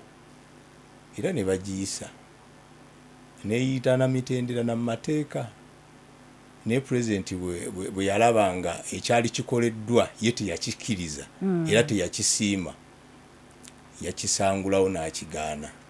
Era sente ezo mwalaba ababaka oli munnamawulire. Yabalagirwa okuzizaayo. Yabalagirwa okuzizaayo. Naye ate era bwe baazizaayo ate yabawa n'ezisinga ku ezo. Speakers yali ateeseteese n'ababaka. Eyo bw'ovaayo baabadde ekyankwanzi. Tewanaba na kuyita bbanga ddene. Babeera ekyankwanzi eyo ne balaga nti balina ebiwundu era bateekateeka kulayira. N'engoye ez'okulayiramu baleka tebalina. Nga tebazirina. President n'agamba nti mugende muguleyo. Mugende muguleyo n'abawayo abiri. Ekikumi ne kisigala, ekinaana ne kisigala. Top up. Ekinaana ekyo bwe kyasigala tugenze okumaliriza nga waliwo etteeka erikoze eki eriyisiddwa. Kati mu mabega wali eri twalabye bulungi nnyo nga balise supplementary. Kitegeeza ekinaana mwe kyakoze eki mukiyinza okujjira. Kakati ekizibu kyonna ekiri ku Honorable Speaker Anita Amongo kiri ekizibu eki kituwe buyinza. Anita Amongo ezo zonna stories zenaleetinga zikulaga nti waliwo alina okugaba, waliwo atalina kugaba. Bantu bano bagenda mu kalulu k'ekibiina akaseeke walaba nga sente zayitingana era buli muntu ne yeebuuza sente zivuddewa. Kakati waliwo enteekateeka y'okulonda obwa sipiika era sente zikola ki? Ziyitingana. Kakati ng'alina okugaba abuuza z'ogaba ozijjawa nga nze sinnaba zigaba ate nga nze nina ozigaba. Kakati ekizibu kyani alina okugaba sente ani atalina kuzigaba. So mubiriwo waliwo okutya nti Anita Amongo ayinza okuba ameze ebiwawaatiro ebiyinza okuba nga bimusukkulumya waatandikoze eki nga bitandise n'okuba mukama we, nga bitandise n'okuyita ku mukama we. Tewali muntu ayinza tugamba wano nga NRM nti gavumenti y'NRM emyaka 4 gyemaze mu buyinza esobola okumalawo enguzi, kubanga enguzi ekimu ku pillars ziremezaawo NRM mu buyinza era ezigiyamba n'okutuuka nga ababaka ebibafunyanga bwe bafunya buli muntu n'abeera n'akuba amaviivi. Era nze njagala bwewuunya omukulu both minisita mu ekitiibwa naye gwe teweewuunya sisitimu eno engeri gyekolamu. Lwaki? Oboth tavangayo ku bakandidates bonna n'alaga interest y'ekifo kino ekyobwa sipiika. Abalaga ababaddewo betumanyi tuyinza okuba tuzeeyo ku nkola ennungi gye tutera okugamba nti omuntu yalingana waka ne bamunona nti sebo tulabye gw'osobola okutukulembera. Awo we twafuniranga abakulembeze abalungi. Kati kitegeeza oyo ye mulungi ddala kuba tabadde na bigendererwa nti alina kyalingiza jjeyo ne bamulaba bulabi. Mpulirayo banayenaremu abayomba naye kasita omuzindalo gujja kuddawa bamwe ne mukakkane. Kubanga kyetwogerako ensi yonna ekimanyi nti mu bantu ababadde baspiringa abalaze interest tabaddeemu. Bw'aba yali yalaga eri emabega twogera ku kiseera kino ekigenda mu naye nkugamba olowooza oyo si ye mulungi ddala. Kakati ekyo kitegeeza ki? ti sisitimu ye NRM balina okwetereza tosobola kuddira sisitimu ya president n'abeera nga ye pulezidenti w'eggwanga ate n'omusangayo eri ne museeke kitegeeza ki nti kati olwaleero ogenda kulaba ab'NRM ab'enjawulo nga luli abadde bakubira Amongo engalo n'abakola obukodyo okulaba nti Amongo yewaffe kati bagenda kutandika kugamba nti oboth yeki yewaffe nga mmaliriza nze mu bino byonna nze nina kyendaba era kyenjagala bannayuganda bakitegeere nti wadde bino byonna tubiraba mu kifaananyi kye bya sipiika ky'enguzi naye nze ndowooza era nteebereza nti enguzi Amongo ono ayinza okufuuka saddaaka w'okwongera obuganzi k'oyo anaddira pulezidenti mu buyinza nze ndabangawo transition strategy ey'okwagala okulaga nti oba oli awo gwe basuubira okudda mu kifo ky'obwa pulezidenti asobola okulwanyisa enguzi era asobola okukwata ku banene oyina akantu kamu konzijukiza puroguramu y'omulundi oguwedde lwe nasookera ddala okufuna omuntu ava mu PLU mu puroguramu eno era ye yaleka atutegeezeza nti afa aba PLU awo nga tegannamanyika nnyo nga kitandika butandisi nagamba obuwagizi bwaffe bwonna bwe tubadde tutunuuliza mukyala Amongo wamu ne Tayibwa nga deputy we ffe tumaze okupulinga out tubugjeeyo ffe ng'aba PLU ennaku tewaayita nnyingi tugenda okulaba kati bw'oyogera bw'otyo agatta ebyobufuzi ayinza okubaako ensonga gy'agatta n'afuna ate n'oyo ayogera ekyo yeyo gy'obadde otunula gyentadde n'oyo gyali kikono ky'amaanyi kyanita Amongo nga bulijjo bwetyo ntuuse ewa kamishona ero otera okunzigalirawo n'enteekateeka bwengitambuza leero otuwe submission y'ensonga oziwulidde ate tumale tuyiseemu eddakiika 2 ez'okuwumbako okusinziira buli omu nga bwalabye ebintu bwe bibadde bitambula. Abatuuza mwena mbalamusizza mbebaza emirimu gimusobodde kukola kuba ntutuuka wano n'eggwanga okutambula agenda mu maaso mbayozoyeza abavuddeyo mu kulayira naddala ababaka abavudde mu kibiina kya NUP mbayozoyeza kubanga ng'obalaza omukwano gw'otabalaganga bulijjo anti baatugamba nti tebasobola kulayira nga principal talite nga si ye president naye kati engeri gyawadde pulezidenti neera bagenze ne balayira mbayozayoza ddala okuba omuntu si kante nti bwemowinga leero bwekaaba leero bwekaaba n'enkya walabikawo embeera ezikyusa ebintu ekyomukisa omulungi nze ebyobufuzi mbigoberera everyday am not part time buli muntu yenna ayavuganya ku tiketi ya NUP ng'omubaka sisobola kulayira nga principal si ye president n'ekyomukisa omulungi kati si ye president era kituufu yarayidde si ye president wa NUP so really mbayozayoza naye mu nsonga eyo nsaasira abalonzi kubanga buli kiseera abalonzi bakatonoonya goloposti gye banaagobera nga tugitegeera kubanga bamatiza nti nga oli nga si ye president nesobola kulayiramu ebyo ntya naye muwala wange kisomu namulabaawo nga suuti nungi ajamba down yes era nebalayira Solomon newekangano gantabanga ye president kati abalonzi tubaliseewa kubanga kitwabasuubiza kirala nekitukoze nakyo kirala n'ebyo byabufuzi era kisinze kunyiiza ebyobufuzi bino olunaku lwajjo omukulu both yakoze mukolo gwe kumuyozeza kuva mu kulayira naye kyasinze kuntiisa abantu abawerekera mukyala Magogo ne bagamba Nalongo waffe oyo tumwagala nnyo maama date jo be babadde ku front line yamu yembaga ya both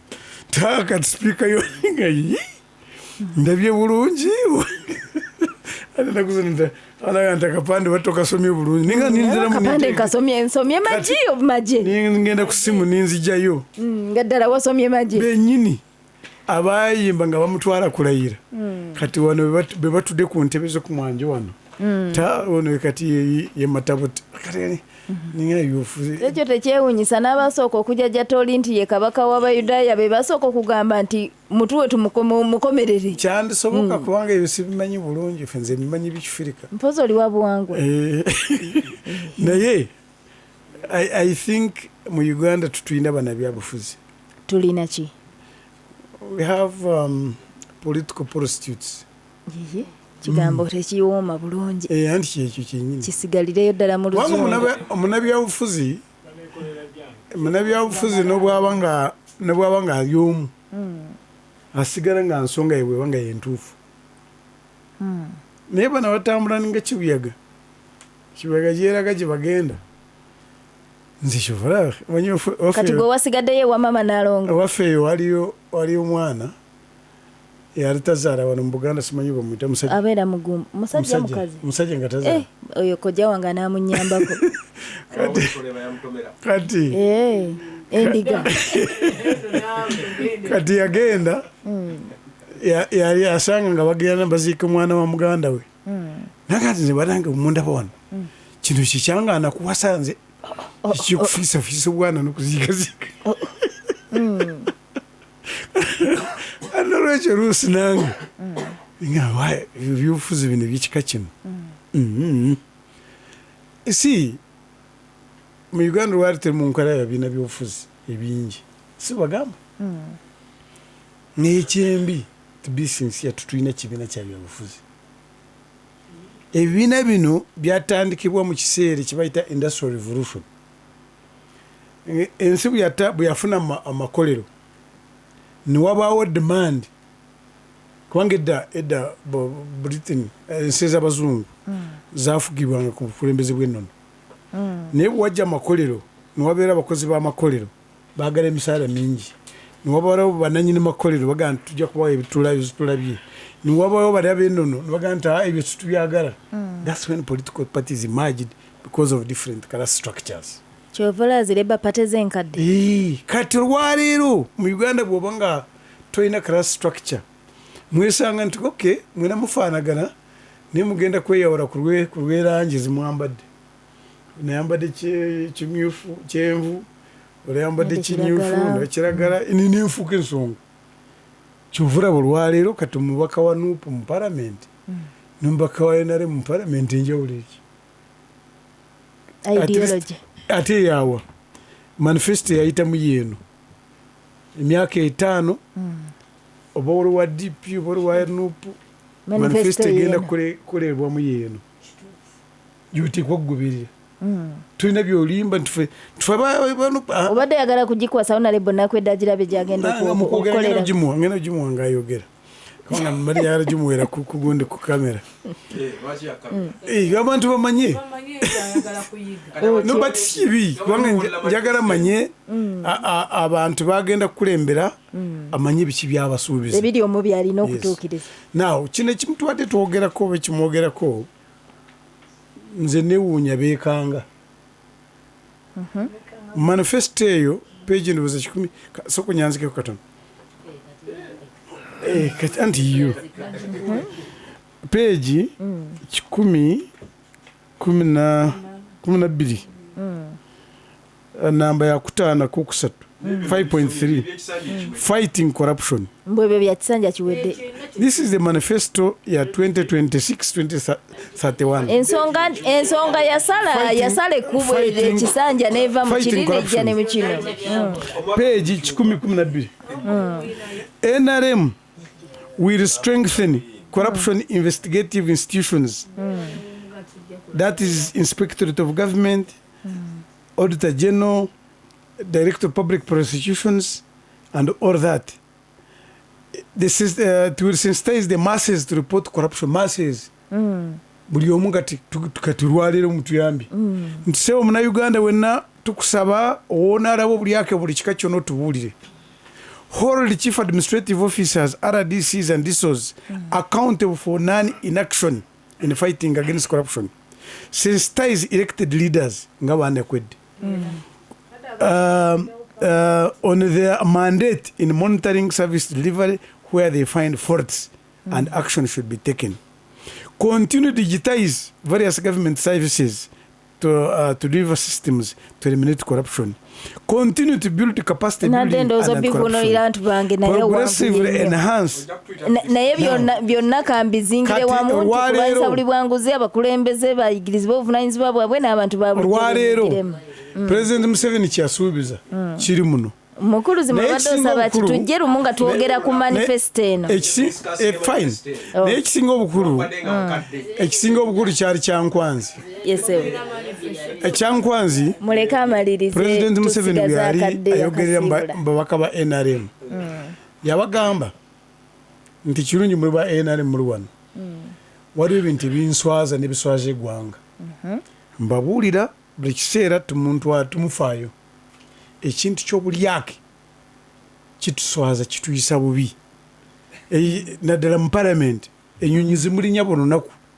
nga tutulina sente zimala zakuba nezikola ebirala ebitutujja kubikola naye n'agamba olubonero yayimiriza benchmarking n'agamba bw'ati n'agamba nti emabega mbadde mbagumiikiriza naye nga ntya kubaanika naye ku luno ngenda kubaanika era bwe baali mu meeting emu General Rwashande yagamba yamusaba nti n'obukiba kikukwata nze nkwata abantu bamanye bagamba bwe bati wulya resolution y'Ekyankwanzi we must have zero tolerance to corruption n'ababuuza nti nume luma kibamusaba n'olwekyo kati kigenda mu maaso bwe yagenda nga bakulozinga yagamba bwati emirundi esatu I will not tolerate corruption again in parliament. I will not tolerate drama of corruption in emirundi eki esatu kati nkoko tenakoko lima kati ekoko lima okujja kuma batamanyi naye President Museveni nakyogera luli wano tumwakifaako leero tujja kifaako wali kibayita strategic patience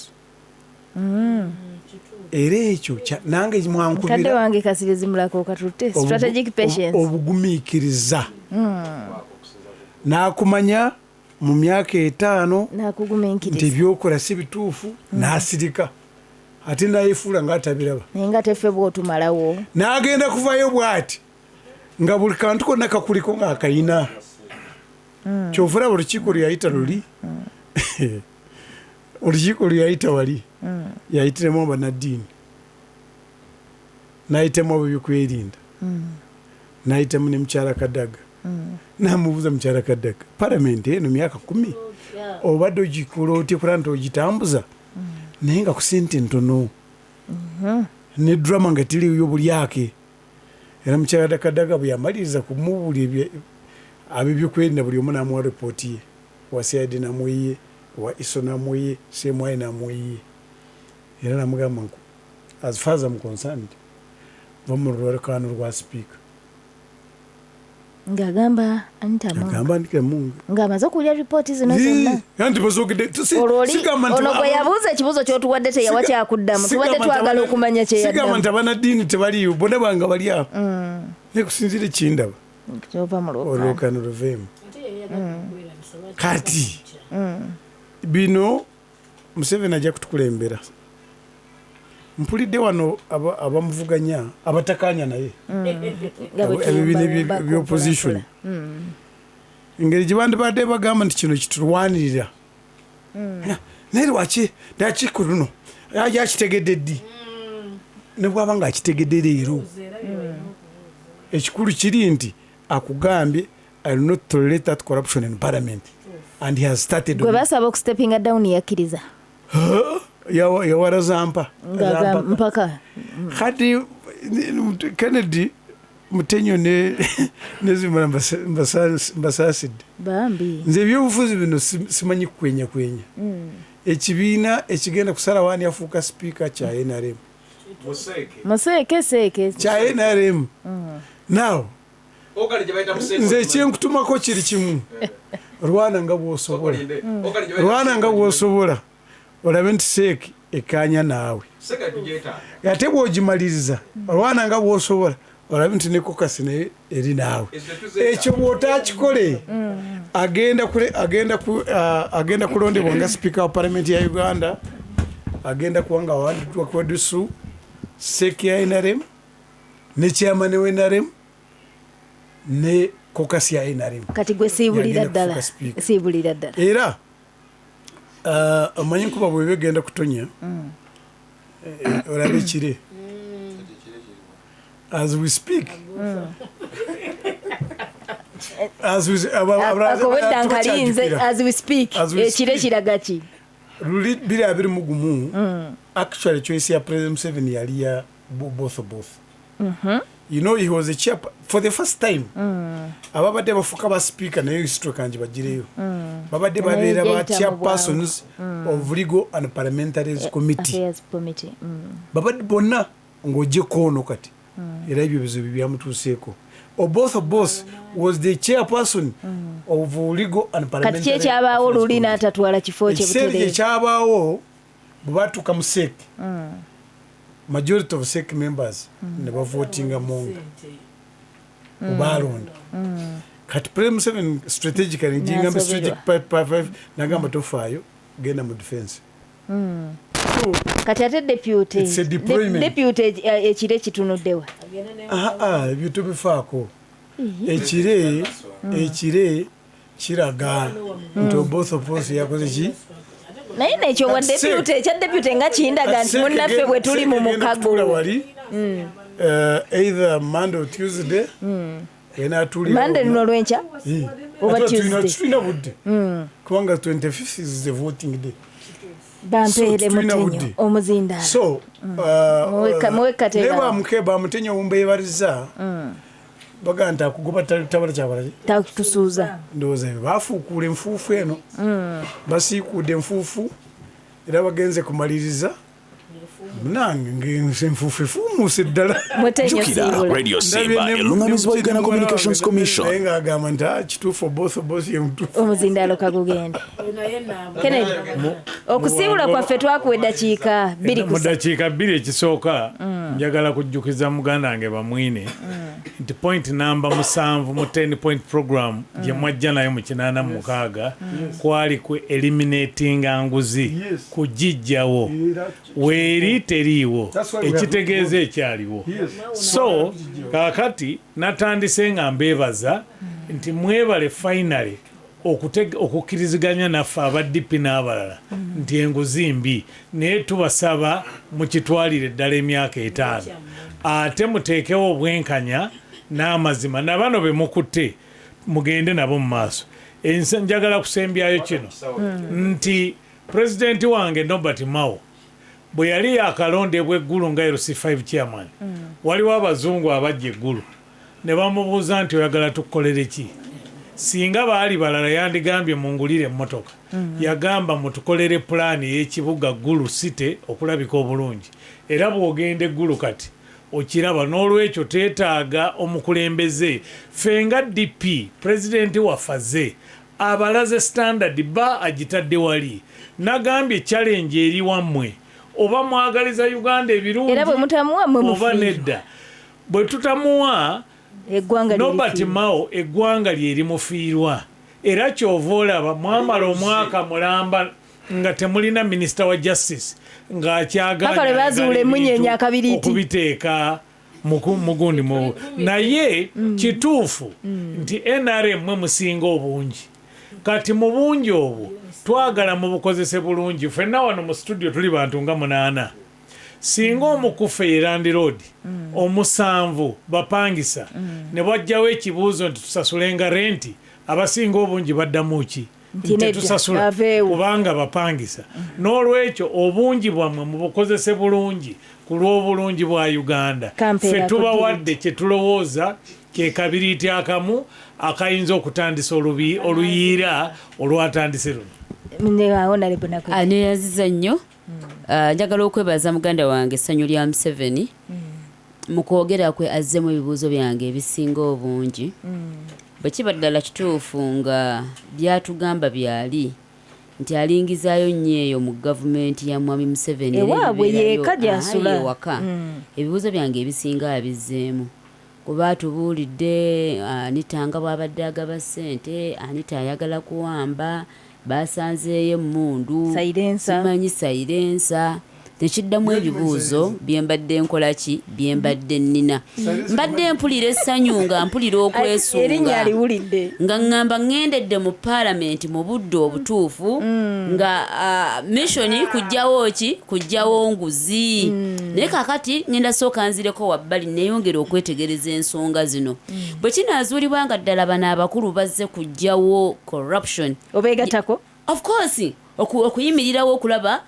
nga tulwanyisa enguzi buli muntu yenna gy'abadde atunuulira nga yeeremesa service delivery mu ggwanga lyaffe Uganda ne bwe kibanga Aisha byayogedde y'ensonga tetujja bayamba okulwana ntalo zammwe tugenda zibalekera muzirwane paka wonna we munaazituusa kubanga munnange kiri mu nnyumba ya neighbor mwebale nnyo ababadde batuuliriza abantu b'e Kayunga abantu ba Uganda mwebale nnyo mwebalire ddala abantu b'Ebbaale mwebale twaniriza gye tubadde nga Honorable Tebandeke yeebaza abantu b'e Busaana abamaama abakyala abali embuto twabadde nab'e Busaana tubasabira twaselebration olunaku lw'abamaama olunaku olwajjo bwe twabadde tubagabira ku mama kits n'ebirala ebyokukozesa mu mbeera eyo bwetyo so tubaagaliza basumulukuka obulungi yemmwe ensonga lwaki weetuli mwebali nnyo mwebalire ddala webale tukyaza maama mukama akutukuumire jjukira Radio Simba elungamizibwa Uganda Communications Commission omuzindalo guno tandikiraawo neyanziza dakika zaffe bbiri tozikozesa bubi nsookera ddala okwebaza President Museveni era ndowooza tumuteeke mu byafaayo abaana baffe bamusomeko takyayinza bivaamu kati yabiyingira dda President Museveni tujja musomako oba mu bulungi oba mu bubinza sifuddeyo naye manyiti twagala tetwagala naamini tumusomako ate banaamini ekijambya tukyamusomako naye ate President Museveni so nebaza maama Kadaga era naye nti ye mukyala yali asinzidde n'agala tuteekewo paalamenti bbiri paalamenti esooka nga yeyaba nakwedde abagenda okuyingira paalamenti naye abasajja bakirimaanyi era munnaffe n'abijjawo oyo yennyini Anita Amongo kubanga tayagala amusenga ayagala nga kulegasa yekka yakolaki yali ku maapu yali ku kimeeza eyo njogera kino kyetuliko NRM eri ggumi togyetako ekifuba n'ekikumalako kaakati mukazi wattu kyemusabirako ekirala oba kyemusaasirako anti neyeetikka abaana agamba nti nange omusajja musango agugguddewo omukazi yakuzaalira abalongo tewamusasula tewamala naafe bitaategeera nagwo bagugguddewo era byonna biri ku muntu ogwo guli luddawa tugende tunoonyeke ate yamutawa abeebukadya bwe yabbira ettaka bonna bagamba omukazi yatubbako ettaka n'amala ate n'atusiba mu makomera awaka n'abuuza ebijjirwa kubanga naye bwe yamugamba naye ettaka ly'abantu era yesibira muki mukomera so nsaba Anita Amongo maama nti byonna obikoze byoweddeyo naye sawa yakweteza kati oli maama n'abaana bo bakusomeko mu byafaayo nti maama bwe yali mu paalamenti yalekawo legase omukazi Kadaga yabeera mu paalamenti ng'afuna obuwumbi 3 babuna naye buli kimu yaleka akitereezeza mu paalamenti nakukwasa liro bakati kati keyakwasa ng'ofuna biliyoni 19 zikulemye okukozesa wabula afunye ki nyota oba gye twalifunye ranka yabubbi kirisigala muri kodi y'eggwanga nti paalamenti ye 11 ye paalamenti esinza okudiibuuda ssente y'omusolo ng'ekulembera Anita Amongo kyolwa pulezidenti yaddagamba paalamenti muteesa ki buli lunaku ne mutuula mu paala temuna byakkola so Anita Amongo weetereze nakwedde pulidde maama Mukono agamba nti abantu balonda abafaana saagala obeere mulonzi kati oli mubaka wa paalamenti era teesanga mubaka wa paalamenti jjukira Radio Simba elungamizibwa Uganda Communications Commission mukulunduga siibula bannakayunga bamanye nti okomawo tebagaa nti omusajja namuterese wano neyanziza mwanyinaze yeseba okusooka nze zange zijja kuba nsonga ntono nnyo mu ddakiika nga 2 bwekiba kyakulwanyisa nguzi nga gavumenti y'NRM ekitadde mu nkola nze ndowooza bw'otunuulira sisitemu yonna n'abantu abakolamu tuyinza kuwonyaawo omuntu omu ayinza kuba Kyewinesi Ennyonjo abasigadde naali wano tomulabye toyinza kubalabawo ekyokubiri pulezidenti ku ssaawa zino tewaliwo NRM ayinza kwogera ku ayinza kufuuka deputy speaker nga President Yoweri Museveni tannaba kumuwandako ddusu era kati boogerako Museeke tennaba kubaako kyeyogera kubanga oboth bamukoze eki bamwogeddeko era bonna kati bagenda kuyimba luyimba bwana ayogera ku deputy era bonna bajja kulukola ki kuluyimba n'ababadde bagana mawula bw'anaamukonako bwoti ng'olaba bamutenda nga bonna bayimba kitegeeza nannyini nsolo kwaya masita tannasimbula bagiyita ki bagiwa ki tannawa ki tannaba ensonga endala bw'otunuulira Piero yu olaba nti ekyo kikono era kyenaalemu so tosuubira kugamba nti waliwo ekiyinza okukyukako obwo obuzannyo oyinza okugamba nti obwo obuzannyo bwa pulezidenti bwalimu bwakola ki bwazannyisa mukadde waffe Norbert Mao toyinza kubuusabuusa busobozi bw'alina mu bintu by'okubeera sipiika wa paalamenti naye obuzibu bwokka obuliwo nti ate naye ogenda okwesanga nga naye oba oli awo ayina bakwatira briefcase oyinza n'okulowooza ku njogera eri eyaffe ey'ebyobufuzi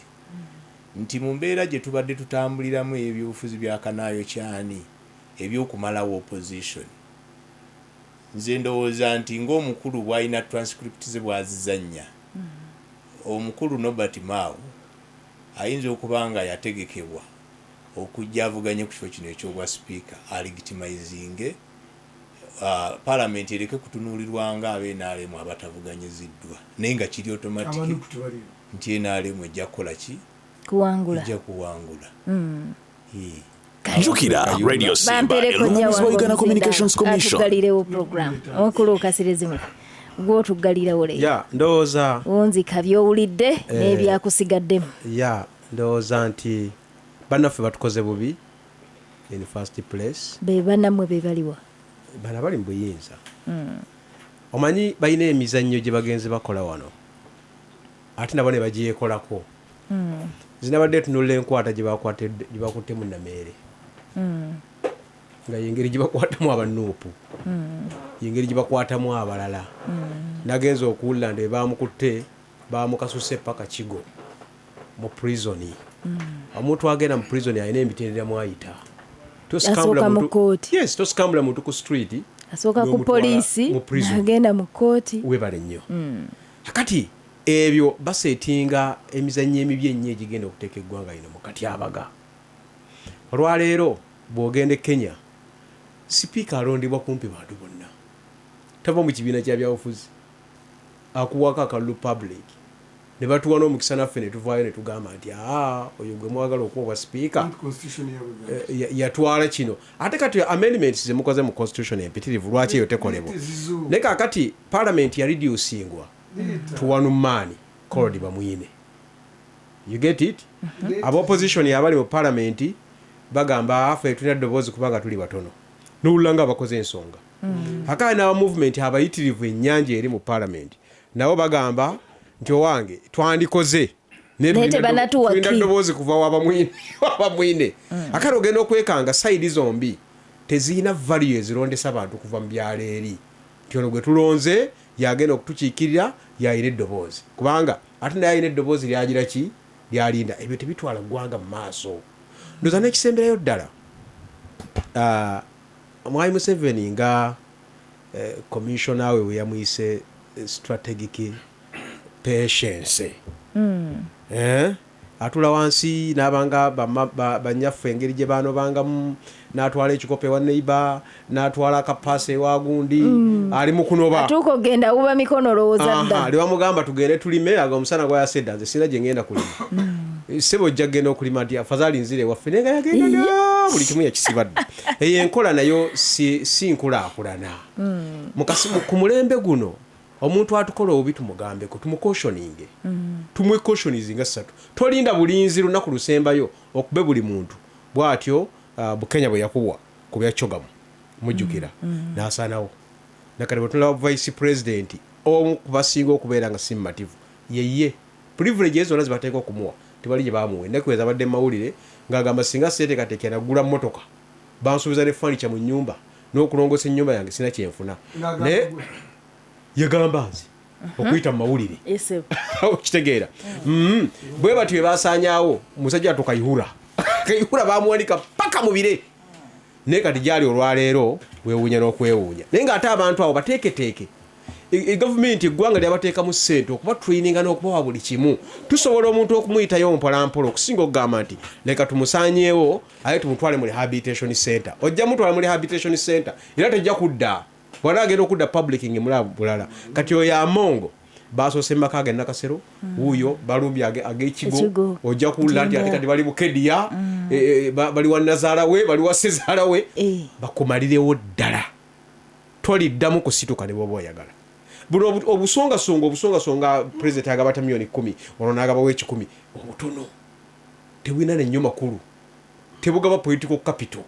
buyinza okugaba ka influence naye si kutya wamulaba mukazi oti wavayo ennaku ezo bannange nze abanjogerako tingenda kwesiba kuwa president kalina okwesiba kuwa president naye nebeera public threat nti bwavayo n'okyogerako olwo owedde eyo enkola tezimba ggwanga bannaffe nga bwe baatugambye